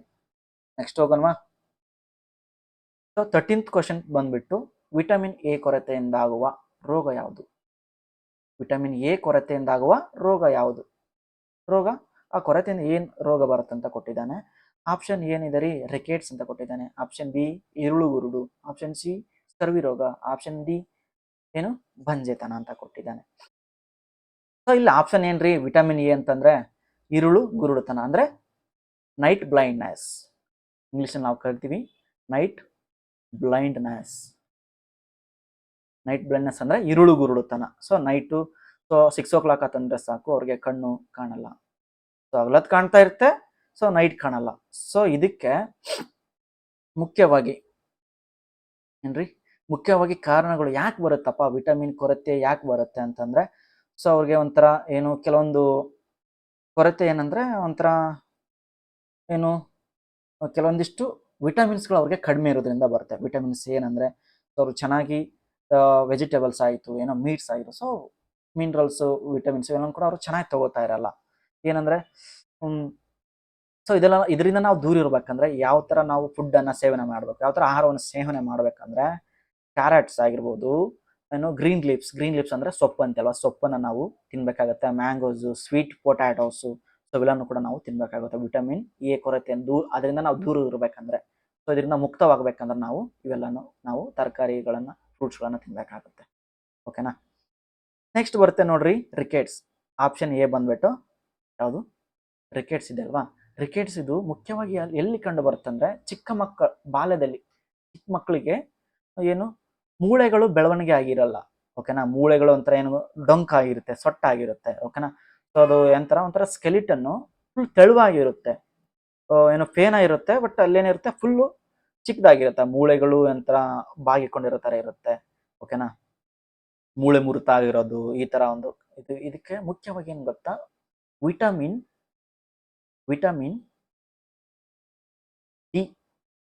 ಡಿ ಅಂಶ ಅವ್ರಿಗೆ ಕಡಿಮೆ ಇರುತ್ತೆ. ಓಕೆನಾ. ವಿಟಮಿನ್ ಡಿ ಅಂಶ ಅವ್ರಿಗೆ ಕಡಿಮೆ ಇರುತ್ತೆ. ಸೊ ಅದು ನಿಮ್ಗೆ ಎಲ್ಲಿ ಸಿಗುತ್ತೆ ಅಂದ್ರೆ ಸೂರ್ಯನ ಬೆಳಕಿನಿಂದ ಸಿಗುತ್ತೆ. ಓಕೆನಾ. ಸೂರ್ಯನ ಬೆಳಕಿನಿಂದ ಸಿಗುತ್ತೆ, ಎಸ್ಪೆಷಲಿ ಮಾರ್ನಿಂಗ್ ಟೈಮಲ್ಲಿ 7:30, 8:30, 9:30. ಸೊ 9:30, 10 o'clock ಒಳಗಡೆನೆ ನಾವು ಸೂರ್ಯನ ಬೆಳಕನ್ನು ನಾವು ಅಬ್ಸರ್ವ್ ಮಾಡ್ಕೋಬೇಕು, ಹೊರಗಡೆ ಕೂತ್ಕೋಬೇಕು. ಸೊ ಅದು ಕೂಡ ಒಂದು ನಮಗೆ ವಿಟಮಿನ್. ಓಕೆನಾ. ಅದು ಒಂದು ಕೂಡ ನಮಗೆ ಒಂದು ಇದರ ನ್ಯಾಚುರಲ್ ಇದು ರಿಸರ್ವ್ಸ್ ತರ. ಸೊ ಅದನ್ನ ನಾವು ಕೂಡ ಯುಟಿಲೈಸ್ ಮಾಡ್ಕೋಬೇಕು. ಓಕೆನಾ. ಸೊ ಥರ್ಡ್ ಆಪ್ಷನ್ ಏನಿದೆ? ಸ್ಕರ್ವಿ ಅಂತಿದೆ. ಈ ಸ್ಕರ್ವಿ ಅನ್ನೋದೇನ್ರಿ? ಸ್ಕರ್ವಿ ಅನ್ನೋದು ಇದೊಂದು ಕೂಡ ಒಂದು ಸಿಂಪ್ಟಮ್ಸ್. ಓಕೆನಾ. ಸ್ಕರ್ವಿ ಅನ್ನೋದು ಒಂದು ಸಿಂಪ್ಟಮ್ಸ್.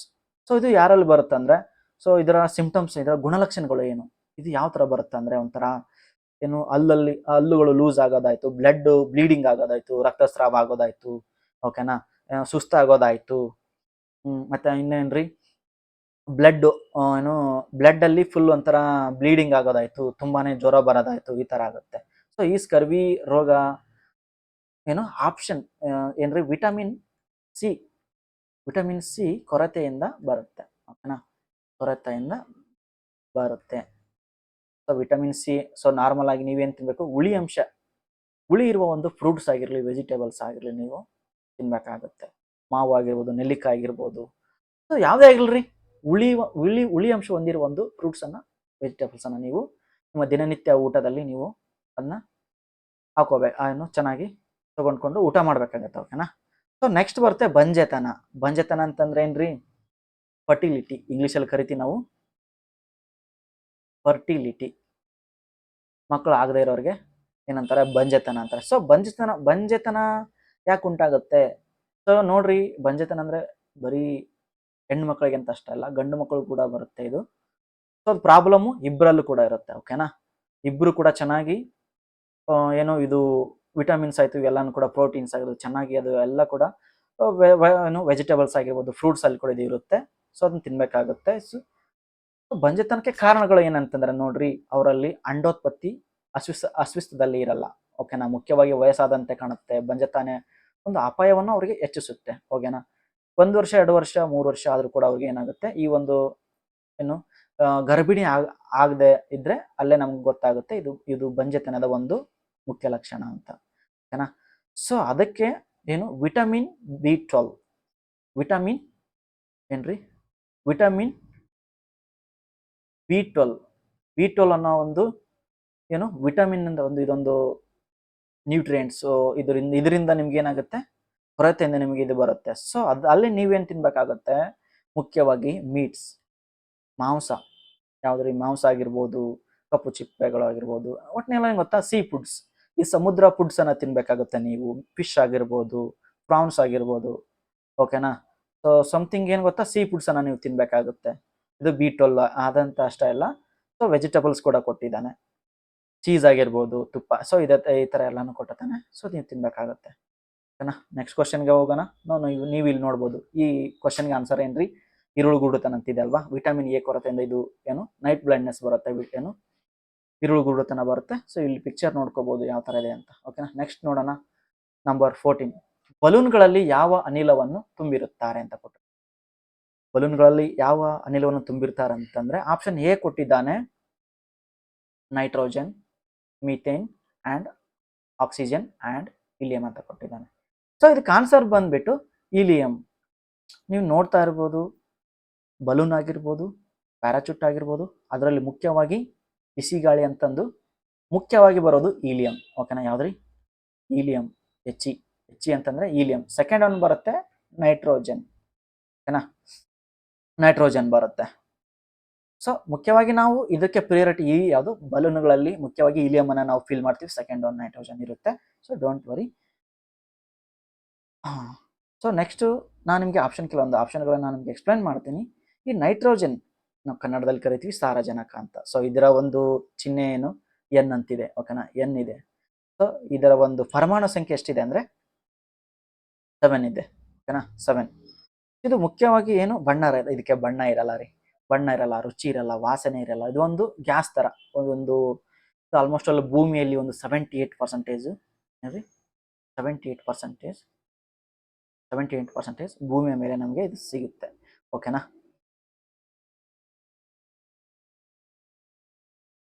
ಸೊ ಸೆಕೆಂಡ್ ಆಪ್ಷನ್ ಏನಿದೆ, ಮೀಥೇನ್ ಅಂತಿದೆ. ಸೊ ಮೀಥೇನ್ ನಾವು ಅವಾಗಲೇ ನಾವು ಈ ಮೀಥೇನ್ ವರ್ಡ್ ಅನ್ನ ಯೂಸ್ ಮಾಡಿರೋ ಪ್ರಕಾರ, ಮೀಥೇನ್ ನಾವು ಕ್ಯಾಶುವಲ್ ಆಗಿ ಒಂದು ಅಡಿಗೆ ಅನಿಲವಾಗಿ ನಾವು ಯೂಸ್ ಮಾಡ್ತೀವಿ. ಬಯೋಗ್ಯಾಸ್ ಆಗಿರ್ಬೋದು, ಸೊ ಓಕೆನಾ, ಫ್ಯೂಯಲ್ ಆಗಿ ಯೂಸ್ ಮಾಡಿರ್ಬೋದು, ಟ್ರಾನ್ಸ್ಪೋರ್ಟೇಷನ್ಗೆ ನಾವು ಯೂಸ್ ಮಾಡ್ತೀವಿ. ಸೊ ಆಕ್ಸಿಜನ್ ಬರೋಣ. ಓ ಅಂದ್ರೆ ಏನು, ಆಕ್ಸಿಜನ್. ಸೊ ಈ ಆಕ್ಸಿಜನ್ ಅನ್ನೋದು ಏನು, ಓ ಚಿಹ್ನೆಯಿಂದ ನಾವು ಗುರುತಿಸುತ್ತೇವೆ. ಇದು ಪರಮಾಣು ಸಂಖ್ಯೆ ಎಷ್ಟಿದೆ ಅಂದ್ರೆ 8 ಇದೆ. ಇದು ಪರಮಾಣು ಸಂಖ್ಯೆ ಎಷ್ಟು, 8 ಅಂತಿದೆ. ಓಕೆನಾ, ಇದು ಆವರ್ತಕ ಕೋಷ್ಟಕದಲ್ಲಿ ನಾವು ಅಂದ್ರೆ ಏನು ಇದು ನೀವು ಕರಿತೀರಾ ಮಾಡರ್ನ್ ಪೀರಿಯಡಿಕ್ ಟೇಬಲ್ ಅಂತ ಕರಿತೀವಲ್ವಾ. ಮಾಡರ್ನ್ ಪೀರಿಯಡಿಕ್ ಟೇಬಲ್ ಅಲ್ಲಿ ನಾವು ಇದಕ್ಕೆ ಒಂದು ಪ್ಲೇಸ್ ಅನ್ನ ಕೊಟ್ಟಿದ್ದೀವಿ. ಇದಕ್ಕೆ ಆದಂತ ಒಂದು ನಾವು ಪ್ಲೇಸ್ ಅನ್ನ ಕೊಟ್ಟಿದ್ದೀವಿ. ಆ ಪ್ಲೇಸ್ ನಾವೇನಂತ ಕರಿತೀವಿ, ಏನು, ಚಾಲೋಜನ್ ಅಂತ ಕರಿತೀವಿ. ಏನ್ರಿ, ಚಾಲೋಜನ್ ಒಂದು ಗುಂಪಿನ ಒಂದು ಸದಸ್ಯ ಇದಾಗೈತಿ. ಅದರಲ್ಲೂ ಕೂಡ ಇದು ಒಂದು ಇದು ಏನು ಪರಮಾಣು ಒಂದು ಸಂಖ್ಯೆ ಆಗಿರುತ್ತದೆ. ಓಕೆನಾ, ಸೊ ಲಾಸ್ಟ್ ಒನ್ ಏನಿದೆ, ಡಿ ಇದೆ. ಡಿ ಏನು, ಇದು ಬಲೂನ್ ನಲ್ಲಿ ತುಂಬುವಂತ ಮುಖ್ಯವಾದ ಒಂದು ಅನಿಲ. ನೀವು ಇಲ್ಲಿ ನೋಡ್ಬೋದು, ಹೀಲಿಯಮು ಬಲೂನ್ ನಲ್ಲಿ ತುಂಬುತ್ತಾ ಎಷ್ಟು 99% ಪ್ಯೂರ್ ಆಗಿ ಇದನ್ನ ಬಲೂನ್ಗಳಲ್ಲಿ ಏನೋ ಸ್ಟೋರ್ ಮಾಡ್ತಾರೆ. ಓಕೆನಾ, ಓಕೆ. ನೆಕ್ಸ್ಟ್ ಏನು, helium, oxygen, nitrogen, carbon dioxide, argon, water vapour ಅಂತಂದ್ರೆ ನೀರಿನ ಗುಳ್ಳೆಗಳನ್ನು ಇದನ್ನ ಏನು ಕೆಲವೊಂದು ಕಡೆಗಳಲ್ಲಿ ಫಿಲ್ ಮಾಡ್ತಾರೆ. ಸೊ ಕೆಲವೊಂದು ಡಿಫ್ರೆನ್ಸ್ ಅನ್ನು ನೀವು ನೋಡ್ಕೋಬಹುದು. ಪಾಸ್ ಮಾಡಿಬಿಟ್ಟು ನೀವು ಇನ್ನೂ ಚೆನ್ನಾಗಿ ನೀವು ಅಂಡರ್ಸ್ಟ್ಯಾಂಡ್ ಮಾಡ್ಕೊಳ್ಳಿ. ಓಕೆನಾ. ಸೊ ನೆಕ್ಸ್ಟ್ ಹೋಗೋಣ. 15ನೇ ಕ್ವಶನ್ ಬಂದ್ಬಿಟ್ಟು, ವಾಯುಮಾನದ ಒತ್ತಡವನ್ನು ಅಳೆಯುವ ಉಪಕರಣದ ಹೆಸರೇನು? ವಾಯುಮಾನದ ಒತ್ತಡವನ್ನು ಅಳೆಯುವ ಉಪಕರಣ ಯಾವುದು? ಇಲ್ಲಿ ಫಸ್ಟ್ ಆಪ್ಷನ್ ಕೊಟ್ಟಿದ್ದಾನ್ರಿ, ಯಾವುದು, ಹೈಡ್ರೋಮೀಟರ್ ಕೊಟ್ಟಿದ್ದಾನೆ. ಫಸ್ಟ್ ಆಪ್ಷನ್ ಅದು hydrometer, barometer, hygrometer and altimeter. ಇದೇನ್ರಿ ಇದು ಹೈಡ್ರೋಮೀಟರ್ ಅಂದ್ರೇನು? ಹೈಡ್ರೋಮೀಟರ್ ಅಂದ್ರೆ ಇದೊಂದು ಯಾವ್ದ್ರಿ, ನೀರಿನ ಒಂದು ಸಾಂದ್ರತೆಯನ್ನು, ಓಕೆ, ನೀರಿನ ಒಂದು ಏನು ಸಾಂದ್ರತೆಯನ್ನು ನಾವು ಅಳತೆ ಮಾಡಲು, ಓಕೆನಾ. ಅಳತೆ ಮಾಡಲು ನಾವು ಇದನ್ನೇನು ಮಾಡ್ತೀವಿ, ಯೂಸ್ ಮಾಡ್ತೀವಿ. ಓಕೆನಾ. ಸೊ ಇದನ್ನು ಕೆಲವೊಂದು ಏನು ಡ್ಯಾಮ್ ಆಗಿರ್ಬೋದು, ಇಲ್ಲಾಂದ್ರೆ ಎಷ್ಟೋ ಒಂದು ಟ್ಯಾಂಕ್ ಅಲ್ಲಿ ಇರೋ ನೀರನ್ನ ನಾವು ಎಷ್ಟಿದೆ, ಸೊ ಒಂದ್ಸರಿ ಮಳೆ ಬಂದಾಗ ಎಷ್ಟು ಪರ್ಸೆಂಟೇಜ್ ಮಳೆ ಬಂದಿದೆ, ಓಕೆನಾ, ಎಷ್ಟು ಪರ್ಸೆಂಟೇಜ್ ಮಳೆ ಬಂದಿದೆ ಅಂತ ನಾವು ಈ ಹೈಡ್ರೋಮೀಟರ್ ಇಂದ ನಾವು ಫೈಂಡ್ ಔಟ್ ಮಾಡ್ಬೋದು. ಓಕೆನಾ. ಇದು ಬ್ಯಾರೋಮೀಟರ್ ನೋಡ್ರಿ, ಆಪ್ಷನ್ ಬಿ ಬಂದ್ಬಿಟ್ಟು ಬ್ಯಾರೋಮೀಟರ್. ಇದು ಆನ್ಸರ್ ಬಂದ್ಬಿಟ್ಟೇನೆ ಯಾವುದು, ವಾಯುಮಾನದ ಒತ್ತಡವನ್ನು ಅಳೆಯುವ ಉಪಕರಣ ಅಂದ್ರೇನೆ ಬ್ಯಾರೋಮೀಟರ್. ಆನ್ಸರ್ ಬಂದ್ಬಿಟ್ಟು ಯಾವ್ದ್ರಿ, ಬ್ಯಾರೋಮೀಟರ್. ಓಕೆನಾ. ಸೊ ಈ ಬ್ಯಾರೋಮೀಟರ್ ಅನ್ನ ನಾವು ಯಾವ ತರ ಯೂಸ್ ಮಾಡ್ತೀವಿ ಅಂದ್ರೆ, ಈ ಗಾಳಿಯ ಒತ್ತಡವನ್ನು ನಾವು ಏನು ಮೀಟರ್ಗಳಲ್ಲಿ ನಾವು ಮೀಟರ್ಗಳಲ್ಲಿ ಎಷ್ಟು ಪರ್ಸೆಂಟೇಜು ಗಾಳಿ ಈ ಏರಿಯಾದಲ್ಲಿ ಬಂದಿದೆ, ಸೊ ಆ ಏರಿಯಾದಲ್ಲಿ ಎಷ್ಟು ಪರ್ಸೆಂಟೇಜ್ ಗಾಳಿ ಪಾಸ್ ಆಗಿದೆ, ಟೋಟಲ್ ಆಗಿ ಓವರ್ ಆಲ್ ಆಗಿ ಹೇಳ್ಬೇಕಂತಂದ್ರೆ ಗಾಳಿಯ ಪ್ರೆಷರ್ ಅನ್ನು ನಾವು ಫೈಂಡ್ ಔಟ್ ಮಾಡೋದಕ್ಕೆ ಬ್ಯಾರೋಮೀಟರ್ ಅನ್ನು ನಾವು ಯೂಸ್ ಮಾಡ್ತೀವಿ. ಓಕೆನಾ. ಸೊ ಇದೇನ್ರಿ, ಹೈಗ್ರೋಮೀಟರ್ ಅಂತ ಕೊಟ್ಟಿದ್ದೀನಿ. ಈ ಹೈಗ್ರೋಮೀಟರ್ ಅಂದ್ರೆ ಏನ್ರಿ, ಸೊ ಇಲ್ಲಿ ಕೊಟ್ಟಿದ್ದಾನೆ. ಹೈಗ್ರೋಮೀಟರ್ ಅಂತಂದ್ರೆ ಒಂದು ಆರ್ದ್ರ ಮಾಪ್. ಇದೊಂದು ಒಂಥರ ಒಂದು ಅನಿಲಗಳಲ್ಲಿ ಮತ್ತು ಗಾಳಿಯಲ್ಲಿ ಒಂದು ಪಾಸ್ ಆಗುವ ಒಂದು ಅನಿಲ. ಓಕೆ. ಅಂದ್ರೆ ಒಂದು ಆವಿರಿ, ನೀರು ಯಾವ ತರ ಆವಿಯಾಗಿ ಹೋಗುತ್ತೆ, ನೀರಂತ ಅಷ್ಟೇ ಅಲ್ಲ, ಯಾವುದೇ ಒಂದು ದ್ರವ ರೂಪದಲ್ಲಿ ಇರುವಂತ ಅಂಶವು ಆವಿಯಾಗಿ ಯಾವ ತರ ಪಾಸ್ ಆಗುತ್ತೆ ಅನ್ನೋದನ್ನ ನಾವು ಹೈಗ್ರೋಮೀಟರ್ ಇಂದ ನಾವು ಫೈಂಡ್ ಔಟ್ ಮಾಡ್ತೀವಿ. ಅಂದ್ರೆ ಅದು ಆವಿ ಅಂತಂದ್ರೆ ಒಂದು ಅನಿಲ ಯಾವ ತರ ಅದು ಸೂರ್ಯನ ಕಿರಣಗಳಿಂದ ಯಾವ ತರ ಆವಿಯಾಗಿ ಹೋಗುತ್ತಲ್ಲ, ಅದನ್ನ ನಾವು ಫೈಂಡ್ ಔಟ್ ಮಾಡ್ತೀವಿ. ಓಕೆನಾ. ನೆಕ್ಸ್ಟ್ ಬರುತ್ತೆ ಅಲ್ಟಿಮೀಟರ್. ಸೊ ಅಲ್ಟಿಮೀಟರ್ ನಾವು ಕ್ಯಾಶುವಲ್ ಆಗಿ ಒಂದು ವಸ್ತುವನ್ನ ಯಾವ ತರ ಎಷ್ಟು ತೂಕ ಇದೆ ಅಂತ, ಎಷ್ಟು ಎತ್ತರವಿದೆ ಅಂತ ಅಂದ್ಬಿಟ್ಟು ನಾವು ಮೀಟರ್ ಲೆಕ್ಕದಲ್ಲಿ ನಾವು ಇದನ್ನ ಎತ್ತರವನ್ನು ಕಂಡುಹಿಡಿಯಲು ನಾವು ಇದನ್ನು ಕೂಡ ಆಲ್ಮೋಸ್ಟ್ ಅಲ್ಲಿ ನೀರಿನ ಒಂದು ಎತ್ತರ ಎಷ್ಟಿದೆ, ನೀರಿನ ತೂಕ ಎಷ್ಟಿದೆ ಅಂತ ಅಂದ್ಬಿಟ್ಟು ಅಲ್ಟಿಮೀಟರ್ ಅನ್ನೋದೊಂದು ಮೀಟರ್ನ ನಾವು ಮೀಟರ್ ಲೆಕ್ಕದಲ್ಲಿ ಅಳತೆ ಮಾಡಿ. ಓಕೆನಾ. ಸೊ ಇಲ್ಲಿ ನೀವು ನೋಡ್ಬೋದು ಬ್ಯಾರೋಮೀಟರ್ ಯಾವ ತರ ಇರುತ್ತಂತ ನೀವು ಈ ಪಿಕ್ಚರ್ ಅಲ್ಲಿ ನೋಡ್ಬೋದು. ಸೊ 16ನೇ ಕ್ವಶನ್ ಬರುತ್ತೆ RDX ಅಂತ. ಓಕೆನಾ. RDX ಅನ್ನೋದು, RDX ಎಂಬುದು ಏನು, RDX ಎಂಬುದು ಏನಂತ ಕೇಳಿದೆ ನಾವು. RDX ಎಂಬುದು ಒಂದು ವೈರಸ್, ಔಷಧಿನ, ಸ್ಫೋಟಕಗೊಳ್ಳುವ ಒಂದು ರಾಸಾಯನಿಕ ವಸ್ತುನ ಸ್ಥಳೀಯವಾಗಿ ತಯಾರಿಸುವ ಒಂದು ಬಾಂಬ. ಆನ್ಸರ್ ಏನ್ರಿ ಇದಕ್ಕೆ, RDX ಅನ್ನೋದೊಂದು ಸ್ಫೋಟಕಗೊಳ್ಳುವ ಒಂದು ರಾಸಾಯನಿಕ ವಸ್ತು. ಓಕೆ. RDX ಅನ್ನೋದು ಒಂದು ಇದನ್ನ ಯಾವ ರೀತಿಯಲ್ಲಿ ಇದನ್ನ ನಾವು ನೋಡ್ಬೋದು ಅಂದ್ರೆ, ಯಾವ ರೀತಿಯಲ್ಲಿ ಸಿಗುತ್ತೆ ಅಂತಂದ್ರೆ, ಅಮೃತ ಶಿಲೆ ಅನ್ನೋದೊಂದು ರಾಸಾಯನಿಕ ಕ್ಯಾಲ್ಸಿಯಂ ಕಾರ್ಬೋನೇಟ್ ಎಲ್ಲಿ, ಅಮೃತ ಶಿಲೆ ಅನ್ನೋದೊಂದು ಕಲ್ಲಿನಲ್ಲಿ ಕ್ಯಾಲ್ಸಿಯಂ ಕಾರ್ಬೋನೇಟ್ ಅನ್ನೋ ಒಂದು ರಾಸಾಯನಿಕ ಪದದಿಂದ ಇದು ನಮಗೆ ಸಿಗುತ್ತದೆ. ಓಕೆನಾ. ಸಾಮಾನ್ಯವಾಗಿ ಕ್ಲೋರಿನ್ ಒಂದೊಂದು ಆಕಾರದಲ್ಲಿ ಇದು ನಮಗೆ ಉಪಯೋಗವಾಗುತ್ತದೆ. ಯಾಕಂದ್ರೆ ಸೊ ಇದೊಂಥರ ಅಯಸ್ಕಾಂತವನ್ನು ಉಕ್ಕಿನಿಂದ, ಇದೊಂದು ಯಾವ ತರ ಅಂದ್ರೆ ಅಯಸ್ಕಾಂತ ತರ, ಇದು ಒಂದು ಉಕ್ಕಿನ ತರ ಇದನ್ನ ಏನ್ ಮಾಡ್ತಾರೆ, ತಯಾರು ಮಾಡ್ತಾರೆ. ಇದಕ್ಕೆ ವಾಸನೆ ಇಲ್ಲ, ರುಚಿ ಇಲ್ಲ. ಓಕೆ. ಇದೇನಂದ್ರೆ ಒಂಥರ ಸ್ಫೋಟಕವಾಗುವ ಒಂದು ರಾಸಾಯನಿಕ. ಓಕೆ. ನೈಟ್ರಾಮೈಡ್ ಇನ್ನೊಂದು ಹೆಸರಿನಲ್ಲಿ ಕರೀತಾರೆ, ಅದು RDX ಅನ್ನ ನೈಟ್ರಾಮೈಡ್ ಅಂತ ಕರೀತಾರೆ. ಓಕೆನಾ. ಸೊ ಇದನ್ನ ಎಲ್ಲಿ ಕಂಡಿಡ್ತಾರೆ ಅಂದ್ರೆ 1898ರಲ್ಲಿ ಜರ್ಮನಿಯಲ್ಲಿ ಜಾರ್ಜ್ ಫೆಡ್ರಿಕ್ ಹೆನ್ನಿಂಗ್ ಅನ್ನೋರೊಬ್ರು ಏನ್ ಮಾಡ್ತಾರೆ, ಜಾರ್ಜ್ ಫೆಡ್ರಿಕ್ ಹೆನ್ನಿಂಗ್ ಅನ್ನೋರು ಏನ್ ಮಾಡ್ತಾರೆ, ಇದನ್ನ ಫೈಂಡ್ ಔಟ್ ಮಾಡ್ತಾರೆ. ಇದನ್ನ ಯಾವ ಟೈಮಲ್ಲಿ ಯೂಸ್ ಮಾಡ್ತಾರೆ ಅಂದ್ರೆ, ಯಾವಾಗ ಇದು ರೀ ಸೆಕೆಂಡ್ ವಾರ್ ನಡೆಯುತ್ತಲ್ವಾ, ಆ ಟೈಮಲ್ಲಿ ಇದನ್ನ RDX ಅನ್ನೋದನ್ನ ಯೂಸ್ ಮಾಡ್ತಾರೆ. ಓಕೆನಾ. ಸೊ ಮುಂದಿನ ಕ್ವಶನ್ಗೆ ಹೋಗೋಣ. ರಾಷ್ಟ್ರೀಯ ವಿಜ್ಞಾನ ದಿನ ಯಾವಾಗ್ರಿ, ಜನವರಿ 28, ಫೆಬ್ರವರಿ 28, ಮೇ 31, ಜೂನ್ 5. ಈ 4 ಆಪ್ಷನ್ ಕೊಟ್ಟಿದ್ದಾನೆ. ಸೊ ಆನ್ಸರ್ ಬಂದ್ಬಿಟ್ಟು ಫೆಬ್ರವರಿ 28. ಓಕೆನಾ. ಸೊ ಯಾಕೆ ಫೆಬ್ರವರಿ 28 ಅನ್ನ ನಾವು ರಾಷ್ಟ್ರೀಯ ವಿಜ್ಞಾನ ದಿನ ಅಂತ ಕರಿತೀವಿ? ಸೊ ಇಲ್ಲಿ ನಮ್ಮ ಭಾರತದ ಒಬ್ಬ ವಿಜ್ಞಾನಿ ಇದ್ದಾರೆ, ಯಾರು, ಸರ್ ಸಿ ವಿ ರಾಮನ್ ಅನ್ನೋರು ನಮ್ಮ ಭಾರತ ದೇಶದ ಒಬ್ಬ ಸಂಶೋಧಕರು, ವಿಜ್ಞಾನ ಸಂಶೋಧಕರು.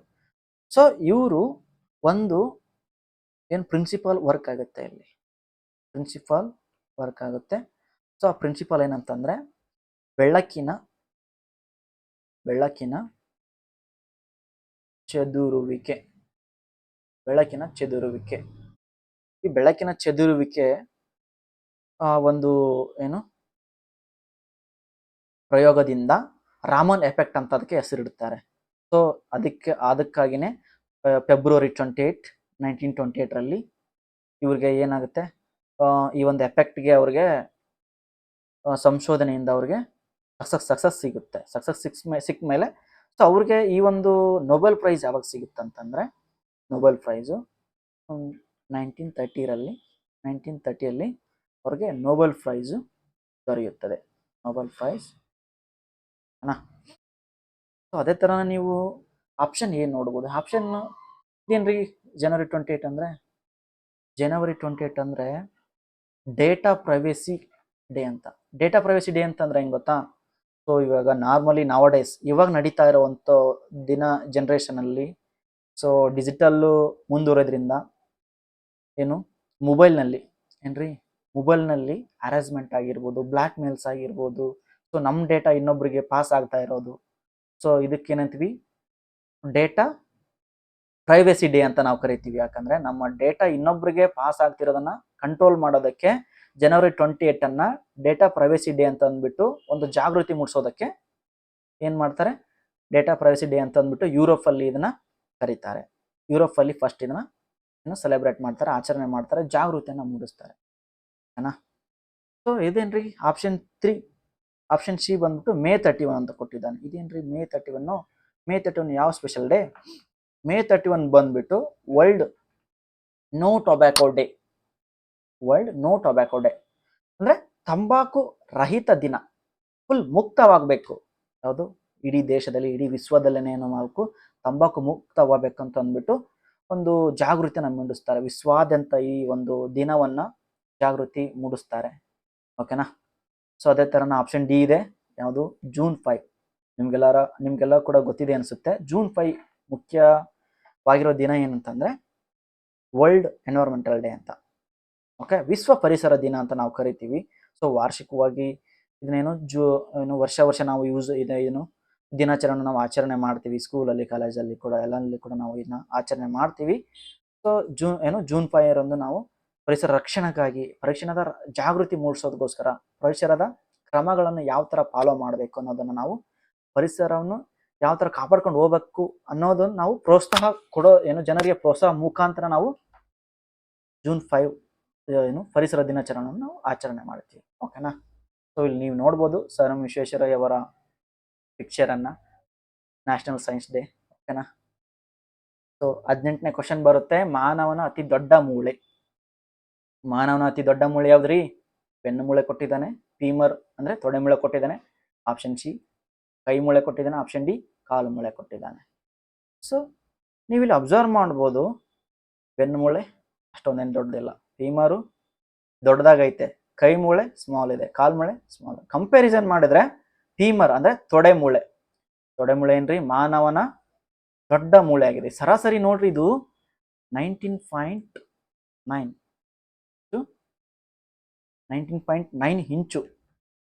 ಇಂಚು ಇದೆಷ್ಟು ದೊಡ್ಡದಾಗೈತೆ, ತುಂಬಾ ಉದ್ದವಾಗಿದೆ. ಸೊ ಅದಕ್ಕೇನೆ ಮಾನವನ ದೇಹದಲ್ಲಿ ತುಂಬಾ ದೊಡ್ಡದಾಗಿದೆ ಅಂತಂದ್ಬಿಟ್ಟು ಕನ್ಸಿಡರ್ ಮಾಡ್ತಾರೆ. ಇದನ್ನ ಹೆಗ್ಗಳಿಕೆ ಇದೆ. ಓಕೆನಾ? ದೊಡ್ಡ largest bone in human body ಅಂತ. ಓಕೆನಾ? ನೀವು ಇಲ್ಲಿ ನೋಡ್ಬೋದು ಪಿಕ್ಚರ್ಸ್ನ. ಅದು ಮೇಲಿನ ಪಾರ್ಟ್ಸ್ ದೊಡ್ಡ ಮೂಳೆಗೆ ಕೊಟ್ಟಿದ್ದಾರೆ, ಮೊಣಕಾಲ್ ಕೆಳಗಡೆ ಕೊಟ್ಟಿಲ್ಲ. ಮೊಣಕಾಲ್ ಮೇಲ್ಗಡೆ ಇರೋದು ಒಂದು ಪಾರ್ಟ್ಸ್ ಅನ್ನ ನಾನು ಗುರ್ತಿಸಿದೀನಿ. ಸೊ ನೀವು ಇದೆಲ್ಲ ಏನಿದು ಮಾನವನ ದೊಡ್ಡ ಮೂಳೆ. ಮಾನವನ ಅತಿ ಚಿಕ್ಕ ಮೂಳೆ ಎಲ್ಲಿರುತ್ತದೆ ಅಂತ ಕೇಳಿದ್ದಾನೆ. ಇಲ್ಲಿ ಆಪ್ಷನ್ ಏನು ಕೊಟ್ಟಿದ್ದಾನ್ರಿ? ಕೈಯಲ್ಲಿ, ಆಪ್ಷನ್ ಎ, ಕೈಯಲ್ಲಿ, ಬೆರಳಿನಲ್ಲಿ, ಕಿವಿಯಲ್ಲಿ ಮತ್ತು ಮೂಗಿನಲ್ಲಿ ಅಂತ ಕೊಟ್ಟಿದ್ದಾನೆ. ಮಾನವನ ಚಿಕ್ಕ ಮೂಳೆ ಯಾವ್ದ್ರಿ? ಆಪ್ಷನ್ ಸಿ, ಕಿವಿಯಲ್ಲಿ. ಇದು ಸರಿಯಾದ ಉತ್ತರ. ಆಪ್ಷನ್ ಸಿ ಅನ್ನೋದೊಂದು ಸರಿಯಾದ ಉತ್ತರ ಆಗಿರುತ್ತದೆ. ಸೊ ಈ ಕಿವಿಯಲ್ಲಿ ಅದು ಯಾವ ಥರ ಎಲ್ಲಿರುತ್ತೆ ಅಂತ ಹೇಳ್ತೀನಿ ಕೇಳಿ. ದೇಹದಲ್ಲಿ ಅತಿ ಚಿಕ್ಕ ಮೂಳೆ ಇದು ಆಗಿರೋದ್ರಿಂದ ಇದು ಮಾನವನ ಮಧ್ಯ ಕಿವಿಯಲ್ಲಿ ಇರುತ್ತದೆ, ಕಂಡು ಬರ್ತದೆ. ಮುಖ್ಯವಾಗಿ ಮಧ್ಯ ಕಿವಿಯಲ್ಲಿ ಕಂಡು ಬರ್ತದೆ. ಅಲ್ಲಿ ಮುಖ್ಯವಾಗಿ ನಮಗೆ ಮೂರು ಮೂಳೆ ಸಿಗುತ್ತದೆ. ಮೂರು ಮೂಳೆಯಲ್ಲಿ ಇದೇನು ಸೆಂಟ್ರಲ್ಲಿ ಇದೇನು ಸೆಂಟ್ರಲ್ಲಿ ಇರುತ್ತೆ, ಏನು ಮಧ್ಯ ಕಿವಿ, ಓಕೆನಾ. ಯಾವುದು ಇದು ಆಪ್ಷನ್ ಸಿ ಕರೆಕ್ಟ್ ಆಗಿದೆ. ಸೊ ಮುಂದಿನ ಒಂದು ಕ್ವಶನ್ಗೆ ಹೋಗೋಣ. ಇಲ್ಲಿ ನೀವು ನೋಡ್ಬೋದು ಕಿವಿಯ ಯಾವ ಜಾಗದಲ್ಲಿ ಇದು ಸೆಟ್ ಆಗಿದೆ, ಯಾವ ಜಾಗದಲ್ಲಿ ಇದು ಕಂಡು ಬರುತ್ತೆ ಅಂತ ನೀವು ನೋಡ್ಬೋದು. ಇಲ್ಲಿ ಕಾಣ್ತಿದೆ ಅಲ್ವಾ, ಇಲ್ಲಿ ಗುರುತಿಸಿರುವ ಹಾಗೆ ಕಿವಿಯ ಒಂದು ಪದರ್ ಬರ್ತದೆ, ಅಲ್ಲಿ ನಮಗೆ ಕಂಡು ಬರ್ತದೆ, ನಮಗೆಲ್ಲ ಕಾಣಲ್ಲ. ಬಟ್ ಈ ಒಂದು ಡೈಗ್ರಾಮ್ ಅಲ್ಲಿ ನೀವು ಕ್ಲಾರಿಫಿಕೇಶನ್ ತಗೋಬಹುದು. ಸೊ ಮುಂದಿನ ಕ್ವಶನ್ ನಾವು ಹೋಗೋದಾದ್ರೆ ಕೊನೆಯ ಕ್ವಶನ್ 20ನೇ ಕ್ವಶನ್ ನಾವು ಬಂದಿದ್ದೀವಿ. ಹಿಮೋಗ್ಲೋಬಿನ್ ನಲ್ಲಿರುವ ಲೋಹದ ಅಂಶ ಯಾವುದು? ಹಿಮೋಗ್ಲೋಬಿನ್ ನಲ್ಲಿರುವ ಲೋಹದ ಅಂಶ ಯಾವುದು? ಈ ಹಿಮೋಗ್ಲೋಬಿನ್ ಅಂತಂತಂದ್ರೆ ನಾವು ಅಂಡರ್ಸ್ಟ್ಯಾಂಡ್ ಮಾಡ್ಕೋಬೇಕು, ಬ್ಲಡ್ ಅಂದ್ರೆ ಒಂದು ರಕ್ತಕ್ಕೆ ಸಂಬಂಧಿಸಿರುವಂತ ಕ್ವಶನ್ ಅಂತ, ಓಕೆನಾ. ಹಿಮೋಗ್ಲೋಬಿನ್ ಕ್ವಶನ್ ಕೊಟ್ಟಿದ್ದಾನೆ. ಆಪ್ಷನ್ ಎ ಬಂದ್ಬಿಟ್ಟು ಕಬ್ಬಿಣ, option B magnesium, option C ಸತು, ಆಪ್ಷನ್ ಡಿ ತಾಮ್ರ, ಓಕೆನಾ. ಸೊ ನಾವು ಇಲ್ಲಿ ನೋಡ್ಬೋದು ಕ್ಲಿಯರ್ಲಿ ಆಗಿ ಪಿಕ್ಚರ್ ಇದೆ, ಹೆಲ್ದಿ ಹಿಮೋಗ್ಲೋಬಿನ್ ಅಂತ ಇದ್ದಾನೆ. ಸೊ ಇಲ್ಲೇನು ಐರನ್ ಅಂದ್ರೆ ಕಬ್ಬಿಣ ಅನ್ನೋದು ಇಲ್ಲಿ ಕೊಟ್ಟಿದ್ದಾನೆ ನೋಡಿ. ಈ ಕಬ್ಬಿಣ ಅನ್ನೋದು ಮಾನವನ ರಕ್ತಕ್ಕೆ ಒಂದು ಸಂಬಂಧಪಟ್ಟ ಒಂದು ಅಂಶ ಆಗಿರ್ತದೆ. ಇದೊಂದು ಏನು ಕೆಮಿಕಲ್ ಆಗಿರುತ್ತೆ. ಇದೊಂದು ಕಬ್ಬಿನ ಅಂಶ ನಾರ್ಮಲ್ ಆಗಿ ನಿಮಗೆ ಇದು ಒಂದು ವೆಜಿಟೇಬಲ್ಸ್ ಅಲ್ಲಿ ನಮಗೆ ಅವೈಲೇಬಲ್ ಆಗುತ್ತೆ. ಕಬ್ಬಿನ ಅಂಶ ಯಾವುದರಲ್ಲಿ ಕಾಳುಗಳಲ್ಲಾಗಿರ್ಬೋದು, ಸೊಪ್ಪುಗಳಲ್ಲಾಗಿರ್ಬೋದು, ಫ್ರೂಟ್ಸ್ ಅಲ್ಲಾಗಿರ್ಬೋದು, ಓಕೆನಾ. ಸೊ ಇನ್ನು ತುಂಬಾ ಒಂದು ವೆಜಿಟೇಬಲ್ಸ್, ಫ್ರೂಟ್ಸ್ಗಳಿಂದ ನಮಗೆ ಈ ಒಂದು ಕಬ್ಬಿನ ಅಂಶ ಸಿಗುತ್ತದೆ. ಸೊ ಹಿಮೋಗ್ಲೋಬಿನ್ ಮುಖ್ಯವಾಗಿರುವ ಒಂದು ಅಂಶ ಅಂತಂದ್ರೆ ಕಬ್ಬಿಣ, ಓಕೆನಾ. ಸೊ ಇದು ಯಾವುದು ಕಬ್ಬಿಣ ಆಯ್ತು. ಸೊ ಇಲ್ಲಿ ಆಪ್ಷನ್ ಏನು ಕೊಟ್ಟಿದ್ದಾನ್ರಿ, ಮೆಗ್ನೀಷಿಯಂ ಅಂತ ಕೂಡ ಕೊಟ್ಟಿದ್ದಾನೆ. ಸೊ ಈ ಮೆಗ್ನೀಷಿಯಂ ಮಾನವನ ದೇಹದಲ್ಲಿ ಯಾವ ತರ ವರ್ಕ್ ಆಗುತ್ತೆ, ಅದರಿಂದ ನಮ್ಗೆ ಏನ್ ಪ್ರಯೋಜನ, ಸೊ ಅದು ಇರುತ್ತೆ ನಮ್ಗೆ ಗೊತ್ತಾಗಿರಲ್ಲ, ಓಕೆ. ಅದು ಒಂದು ಅಂಶವಾಗಿ ನಮ್ಮ ಮಾನವನ ದೇಹದಲ್ಲಿ ವರ್ಕ್ ಆಗ್ತಾ ಇರುತ್ತೆ. ಇದೇನ್ರಿ ಮೆಗ್ನೀಷಿಯಂ ಅಂತಂದ್ರೆ ಮಾನವನ ದೇಹದಲ್ಲಿ ಒಂದು 25 ಗ್ರಾಮ್ನಷ್ಟು ಇರುತ್ತದೆ. 25 ಗ್ರಾಮ್ನಷ್ಟು ವರ್ಕ್ ಆಗುತ್ತೆ ಮಾನವನ ದೇಹದಲ್ಲಿ, ಓಕೆನಾ. 50 to 60% ಮೂಳೆಗಳಲ್ಲಿ ಮತ್ತು ಉಳಿದಿರುವ ಹೆಚ್ಚಿನ ಅಂಶವನ್ನು ಹೆಚ್ಚಿನಲ್ಲಿರುವ ಒಂದು ಅಂಗಾಂಗಗಳಲ್ಲೇ ಇರುತ್ತದೆ. 50 to 60% ಮುಖ್ಯವಾಗಿ ಎಲ್ಲಿ ಕಂಡು ಬರುತ್ತೆ ಅಂದ್ರೆ ಮಾನವನ ಮೂಳೆಗಳ ಒಂದು ರಚನೆಯಲ್ಲಿ ಇದು ಕಂಡು ಬರುತ್ತದೆ, ಓಕೆನಾ. ಸೊ ಇದ್ಯಾವುದು ಇದಾಯ್ತು ಮೆಗ್ನೀಷಿಯಂ ಮಾನವನ ದೇಹದಲ್ಲಿ ಆಯ್ತು. ಇದೆಲ್ಲ ಕೂಡ ಮಾನವನು ಯಾವ ತರ ಅಂದ್ರೆ ವಯಸ್ಸು ಗ್ರೋತ್, ಮೆಗ್ನೀಷಿಯಂ ಅಂತಂದ್ರೆ ಮಾನವನ ಬೆಳವಣಿಗೆಗೆ ಇದು ಸಹಾಯ ಮಾಡುತ್ತೆ, ಓಕೆನಾ. ಇದೊಂಥರ ಯಾವ ತರ ಸಿಗುತ್ತೆ ಅಂದ್ರೆ ಇದೊಂದು ಮೃದು ಅಂಗಾಂಶ. ಮನುಷ್ಯನ ದೇಹದಲ್ಲಿ ಇದೊಂಥರ ನಮಗೆ ಮೃದು ಅಂಶ ತರ ನಮಗೆ ಪರಿಗಣಿಸಬಹುದು, ಓಕೆನಾ. ಮೂರನೇದು ಏನ್ ಬರುತ್ತೆ, ಸತು ಅಂತ ಕೊಟ್ಟಿದ್ದಾನ್ರಿ. ಸತು ಅಂತಂದ್ರೆ ಮೂರನೇ ಆಪ್ಷನ್ ಏನ್ರಿ, ಸತು ಅಂತ ಕೊಟ್ಟಿದ್ದಾನೆ. ಜಿಂಕ್ ಇದು ಯಾವ ತರ ಮನುಷ್ಯನಿಗೆ ಉಪಯುಕ್ತ ಆಗುತ್ತೆ ಅನ್ನೋದು ನಾನು ನಿಮ್ಗೆ ಹೇಳ್ತೀನಿ. ಜಿಂಕ್ ಅನ್ನೋದೊಂದು ಮಾನವ ದೇಹದಲ್ಲಿ ಒಂದು ಯಾವ ತರ ಅಂದ್ರೆ ಒಂದು ರೋಗ ನಿರೋಧಕ ಶಕ್ತಿಯಾಗಿ ಪರಿಣಾಮಗೊಳ್ಳುತ್ತೆ. ಇದು ಏನು ಅಂತಂದ್ರೆ ಮುಖ್ಯವಾಗಿ ಮನುಷ್ಯನಿಗೆ ಗಾಯಗಳು ಬೇಗನೆ ಗುಣ ಹೇಗಾಗುತ್ತಂದ್ರೆ ಈ ಜಿಂಕ್ ಅನ್ನೋ ಒಂದು ಸತು ಅನ್ನೋ ಒಂದು ಪರಮಾಣು, ಈ ಒಂದು ಕೆಮಿಕಲ್, ಈ ಒಂದು ಪ್ರೋಟೀನ್, ವಿಟಮಿನ್ ಅಂಶದಿಂದ ನಮ್ಗೆ ಏನಾಗುತ್ತೆ, ಜಿಂಕ್ ಅನ್ನೋ ಒಂದು ವಸ್ತುವಿನಿಂದ ಗಾಯಗಳು ಪೂರ್ಣವಾಗಿ ಮಾಯುತ್ತೆ. ನಾಟ್ ಓನ್ಲಿ ಅದಂತಷ್ಟೇ ಇಲ್ಲ, ಗಾಯಗಳಂತಷ್ಟೇ ಇಲ್ಲ. ಸೊ ನಮ್ಗೆ ಇದೊಂಥರ ಮೂಳೆಗಳ ಬೆಳವಣಿಗೆ ಆಗಿರ್ಬೋದು, ಇದೊಂಥರ ಇನ್ಸುಲಿನ್ನು, ಇದೊಂಥರ ರೋಗ ನಿರೋಧಕ ಶಕ್ತಿಯನ್ನಾಗಿ ಇದು ಮಾನವನ ದೇಹದಲ್ಲಿ ವರ್ಕ್ ಆಗುತ್ತೆ, ಅಣ್ಣ. ಮುಂದೇನ್ ಕೊಟ್ಟಿದ್ದಾನ್ರಿ, ತಾಮ್ರ ಅಂದ್ರೆ ಕಾಪರ್ ಅಂತೀವಿ ನಾವು ಇಂಗ್ಲಿಷಲ್ಲಿ, ಓಕೆ. ಈ ತಾಮ್ರ ನಾರ್ಮಲ್ ಆಗಿ ನೀವು ನೋಡ್ಬೋದು, ತಾಮ್ರನ್ನ ನಾವು ಯಾವ ತರ ಯೂಸ್ ಮಾಡ್ತೀವಿ, ಡೈಲಿ ರೂಟೀನ್ಸ್ ಅಲ್ಲಿ ನಾವು ಯೂಸ್ ಮಾಡ್ತೀವಿ, ಓಕೆನಾ. ಇದು ಕೊಡಗಳಾಗಿರ್ಬೋದು, ಬಿಂದಿಗೆ, ಕುಡಿಯೋ ಒಂದು ಬಿಂದಿಗೆ ಆಗಿರ್ಬೋದು, ಬಾಟಲ್ಸ್ ಆಗಿರ್ಬೋದು, ಆಲ್ಮೋಸ್ಟ್ ಅದು ತಾಮ್ರದಿಂದನೇ ಮಾಡಿರ್ತಾರೆ. ಯಾಕಂದ್ರೆ ಅದರಿಂದ ನಮ್ಗೇನು ಯೂಸಸ್ ಐತ್ರಿ, ನಮಗೇನು ಯೂಸಸ್ ಐತಂತ ನಾನು ನಿಮ್ಗೆ ಹೇಳ್ತೀನಿ. ಸೊ ತಾಮ್ರದಿಂದ ಮನುಷ್ಯನಿಗೆ ಆಲ್ಮೋಸ್ಟ್ ಆಲು ಬ್ಲಡ್ ಪ್ರೆಷರ್ ಅನ್ನ ನಾವು ಕಡಿಮೆ ಮಾಡುತ್ತೆ. ಸೊ ಡೈಲಿ ನಾವು ಯೂಸ್ ಮಾಡ್ತಾರೆ ಅಂದ್ರೆ ಅದೊಂದು ನಮ್ಗೆ ಎಫೆಕ್ಟ್ ಆಗುತ್ತದೆ, ನಾವು ಅದ್ರ ನಮ್ಗೆ ಗೊತ್ತಾಗಲ್ಲ. ನಾವು ಬೆನಿಫಿಟ್ಸ್ ಅನ್ನ ನಾವು ತಗೊಳ್ತಾ ಇರ್ತೀವಿ, ನಮ್ಗೆ ಅದು ಗೊತ್ತಾಗಲ್ಲ, ಓಕೆನಾ. ಬ್ಲಡ್ ಪ್ರೆಷರ್ ನಾವು ಕಡಿಮೆ ಆಗುತ್ತೆ, ದೇಹದ ಒಂದು ಕಬ್ಬಿಣಾಂಶವನ್ನು ಹೀರ್ಕೊಳ್ಳುತ್ತೆ. ಸೊ ಅದಷ್ಟೇ ಅಲ್ಲ ಕೆಂಪು ರಕ್ತ ಕಣಗಳಲ್ಲಿ ಏನು ಉತ್ಪಾದನೆ ಮಾಡೋದಕ್ಕೆ ಹೆಲ್ಪ್ ಮಾಡುತ್ತೆ ಕೆಂಪು ರಕ್ತ ಕಣಗಳು. ಸೊ ಹಿಮೋಗ್ಲೋಬಿನ್ಗೆ ಅದು ಏನು ಮಾಡುತ್ತೆ, ಹೆಲ್ಪ್ ಮಾಡುತ್ತೆ. ಅದಂತಷ್ಟಲ್ಲ, ಮೂಳೆಗಳ ಮತ್ತು ಹದ್ದುಗಳನ್ನ ಗ್ರೋತ್ ಮಾಡೋಕ್ಕೆ, ಡೆವಲಪ್ ಮಾಡೋದಕ್ಕೆ, ಅಭಿವೃದ್ಧಿ ಮಾಡೋದಕ್ಕೆ ಅದೇನು ಮಾಡುತ್ತೆ, ಸಹಾಯ ಮಾಡುತ್ತೆ. ಯಾವ್ದ್ರಿ? ತಾಮ್ರ. ಓಕೆನಾ? ಅದಲ್ಲದೆ ಹೃದಯದ ಏನು ಎಲ್ಲ ಆಲ್ಮೋಸ್ಟ್ ಆಲ್ ಹೃದಯಕ್ಕೆ ಸಂಬಂಧಿಸಿದಂತೆ ಎಲ್ಲ ಕಾಯಿಲೆಗಳನ್ನ ಇದೇನು ಮಾಡುತ್ತೆ, ದೂರ ಮಾಡುತ್ತೆ. ಆಲ್ಮೋಸ್ಟ್ ಇದರ ಮುಖ್ಯವಾಗಿ ವರ್ಕ್ ಇಲ್ಲ ಅಂತಂದ್ರೆ ರಕ್ತನಾಳಗಳಲ್ಲಿ ಏನು ಬ್ಲಡ್ ಅಲ್ಲಿ ಇದ್ರದ್ದು ಮುಖ್ಯವಾಗಿ ಕೆಲಸ ಇರುತ್ತೆ. ಇದು ಯಾವ ಥರ ಅಂತಂದ್ರೆ ಏನು ಇದು ಏನನ್ನ ನಮಗೆ ತಡೆಯುತ್ತಂದ್ರೆ, ನಮ್ಗೆ ಯಾವ ಥರ ತಡೆಯುತ್ತಂತಂದ್ರೆ ಇದು ಸಕ್ರಿಯವಾಗಿ ಮೆದುಳಿನ ಬೆಳವಣಿಗೆ ಮತ್ತು ಮೂಳೆಗಳ ಅಂಗಾಂಶಗಳು ರೂಪುಗೊಳ್ಳುವಿಕೆ ಮತ್ತು ಇದರಿಂದ ನಮಗೆ ಉಂಟಾಗುವ ಹಾನಿಯನ್ನು ಇದೇನು ಮಾಡುತ್ತೆ, ಕಬ್ಬಿಣ ರೀತಿಯಲ್ಲಿ ಮತ್ತು ತಾಮ್ರ ರೀತಿಯಲ್ಲಿ ನಮ್ಗೆ ಇದೇನು ಮಾಡುತ್ತೆ, ಶಕ್ತಿಯನ್ನ ನಮಗೆ ಕೊಡುತ್ತೆ. ಅದನ್ನೆಲ್ಲನೂ ಕೂಡ ನಮಗೆ ಬ್ರೈನು ರಿಲೇಟೆಡ್ ಏನೋ ಒಂದು ಪ್ರಾಬ್ಲಮ್ ಇರ್ಬೋದು, ಮತ್ತೆ ಹಾರ್ಟ್ ರಿಲೇಟೆಡ್ ಪ್ರಾಬ್ಲಮ್ ಇರ್ಬೋದು. ಸೊ ಇದರಿಂದ ನಾವು ಆರೋಗ್ಯವಾಗಿ ಇದೀವಂತಂದ್ರೆ ನಮಗೆ ತಾಮ್ರದ ಒಂದು ಖನಿಜ ಅಂಶ ನಮಗೆ ಸಿಕ್ಕಿದೆ ಅಂತ ಅರ್ಥ. ಓಕೆನಾ? ಸೊ ಇಲ್ಲಿಗೆ 20 ಕ್ವಶನ್ ಮುಕ್ತಾಯವಾಯಿತು. ಸೊ ನಿಮಗೆ ಇನ್ನೂ ಇದೇ ಥರ ನಿಮಗೆ ಇನ್ಫಾರ್ಮೇಷನ್ ಸಿಗ್ತಾ ಇರುತ್ತೆ. ಸೊ ಇದೇ ಥರ ಇನ್ಫಾರ್ಮೇಷನ್ ನಿಮಗೆ ಸಿಗ್ತಾ ಇರುತ್ತೆ. ಮುಖ್ಯವಾಗಿ ನೀವು ಅಪ್ಕಮಿಂಗ್ ಆಫೀಸರ್ಸ್ ಅಡ್ಡ ಒಂದು ಕ್ಲಾಸನ್ನು ನೀವು ಸಬ್ಸ್ಕ್ರೈಬ್ ಮಾಡ್ಕೊಳ್ಳಿ. ಸಬ್ಸ್ಕ್ರೈಬ್ ಮಾಡಿಕೊಂಡು ಇನ್ನೂ ಹೆಚ್ಚಿನ ಒಂದು ಕ್ಲಾಸಸ್ಸನ್ನು ನೀವು ನೋಡ್ಬೋದು. ಅಲ್ಲಿ ನಿಮ್ಗೆ ಆಲ್ರೆಡಿ ಕೆಲವೊಂದಿಷ್ಟು ಕ್ಲಾಸಸ್ಸು ಇದೆ. ಸೊ ಇನ್ನೂ ಚೆನ್ನಾಗಿ ಹಿಸ್ಟ್ರಿ ಆಗಿರ್ಬೋದು, ಓಕೆನಾ, ಹಿಸ್ಟ್ರಿ ಆಗಿರ್ಬೋದು, ಸೈನ್ಸ್ ಆಗಿರ್ಬೋದು, ಸೊ ಇನ್ನೂ ಹೆಚ್ಚಿನ ಥರದ ಸಬ್ಜೆಕ್ಟ್ಗಳನ್ನು ನಾವು ಕಂಟಿನ್ಯೂ ಮಾಡ್ತಾ ಹೋಗ್ತಾ ಇರ್ತೀವಿ. ಸೊ ಈ ಅಪ್ಕಮಿಂಗ್ ಆಫೀಸರ್ಸ್ ಕ್ಲಾಸನ್ನು ನೀವು ಸಬ್ಸ್ಕ್ರೈಬ್ ಮಾಡಿಕೊಂಡು ಟೆಲಿಗ್ರಾಮ್ ಆಗಿರ್ಬೋದು, ವಾಟ್ಸಪ್ ಆಗಿರ್ಬೋದು, ಇದೆಲ್ಲ ಕೂಡ ಡಿಸ್ಕ್ರಿಪ್ಷನಲ್ಲಿ ಲಿಂಕ್ ಸಿಗುತ್ತೆ. ಡೋಂಟ್ ವರಿ, ಆ ಲಿಂಕನ್ನು ಕ್ಲಿಕ್ ಮಾಡಿ ಇದನ್ನು ಯುಟಿಲೈಸ್ ತೊಗೊಳ್ಳಿ. ಓಕೆನಾ? ಸೊ ಈ ಕ್ಲಾಸ್ ನಿಮಗೆ ಇಷ್ಟ ಆಯ್ತು ಅಂತ ತಿಳ್ಕೊತೀನಿ. ಎಲ್ಲರಿಗೂ ಧನ್ಯವಾದಗಳು. Thank you.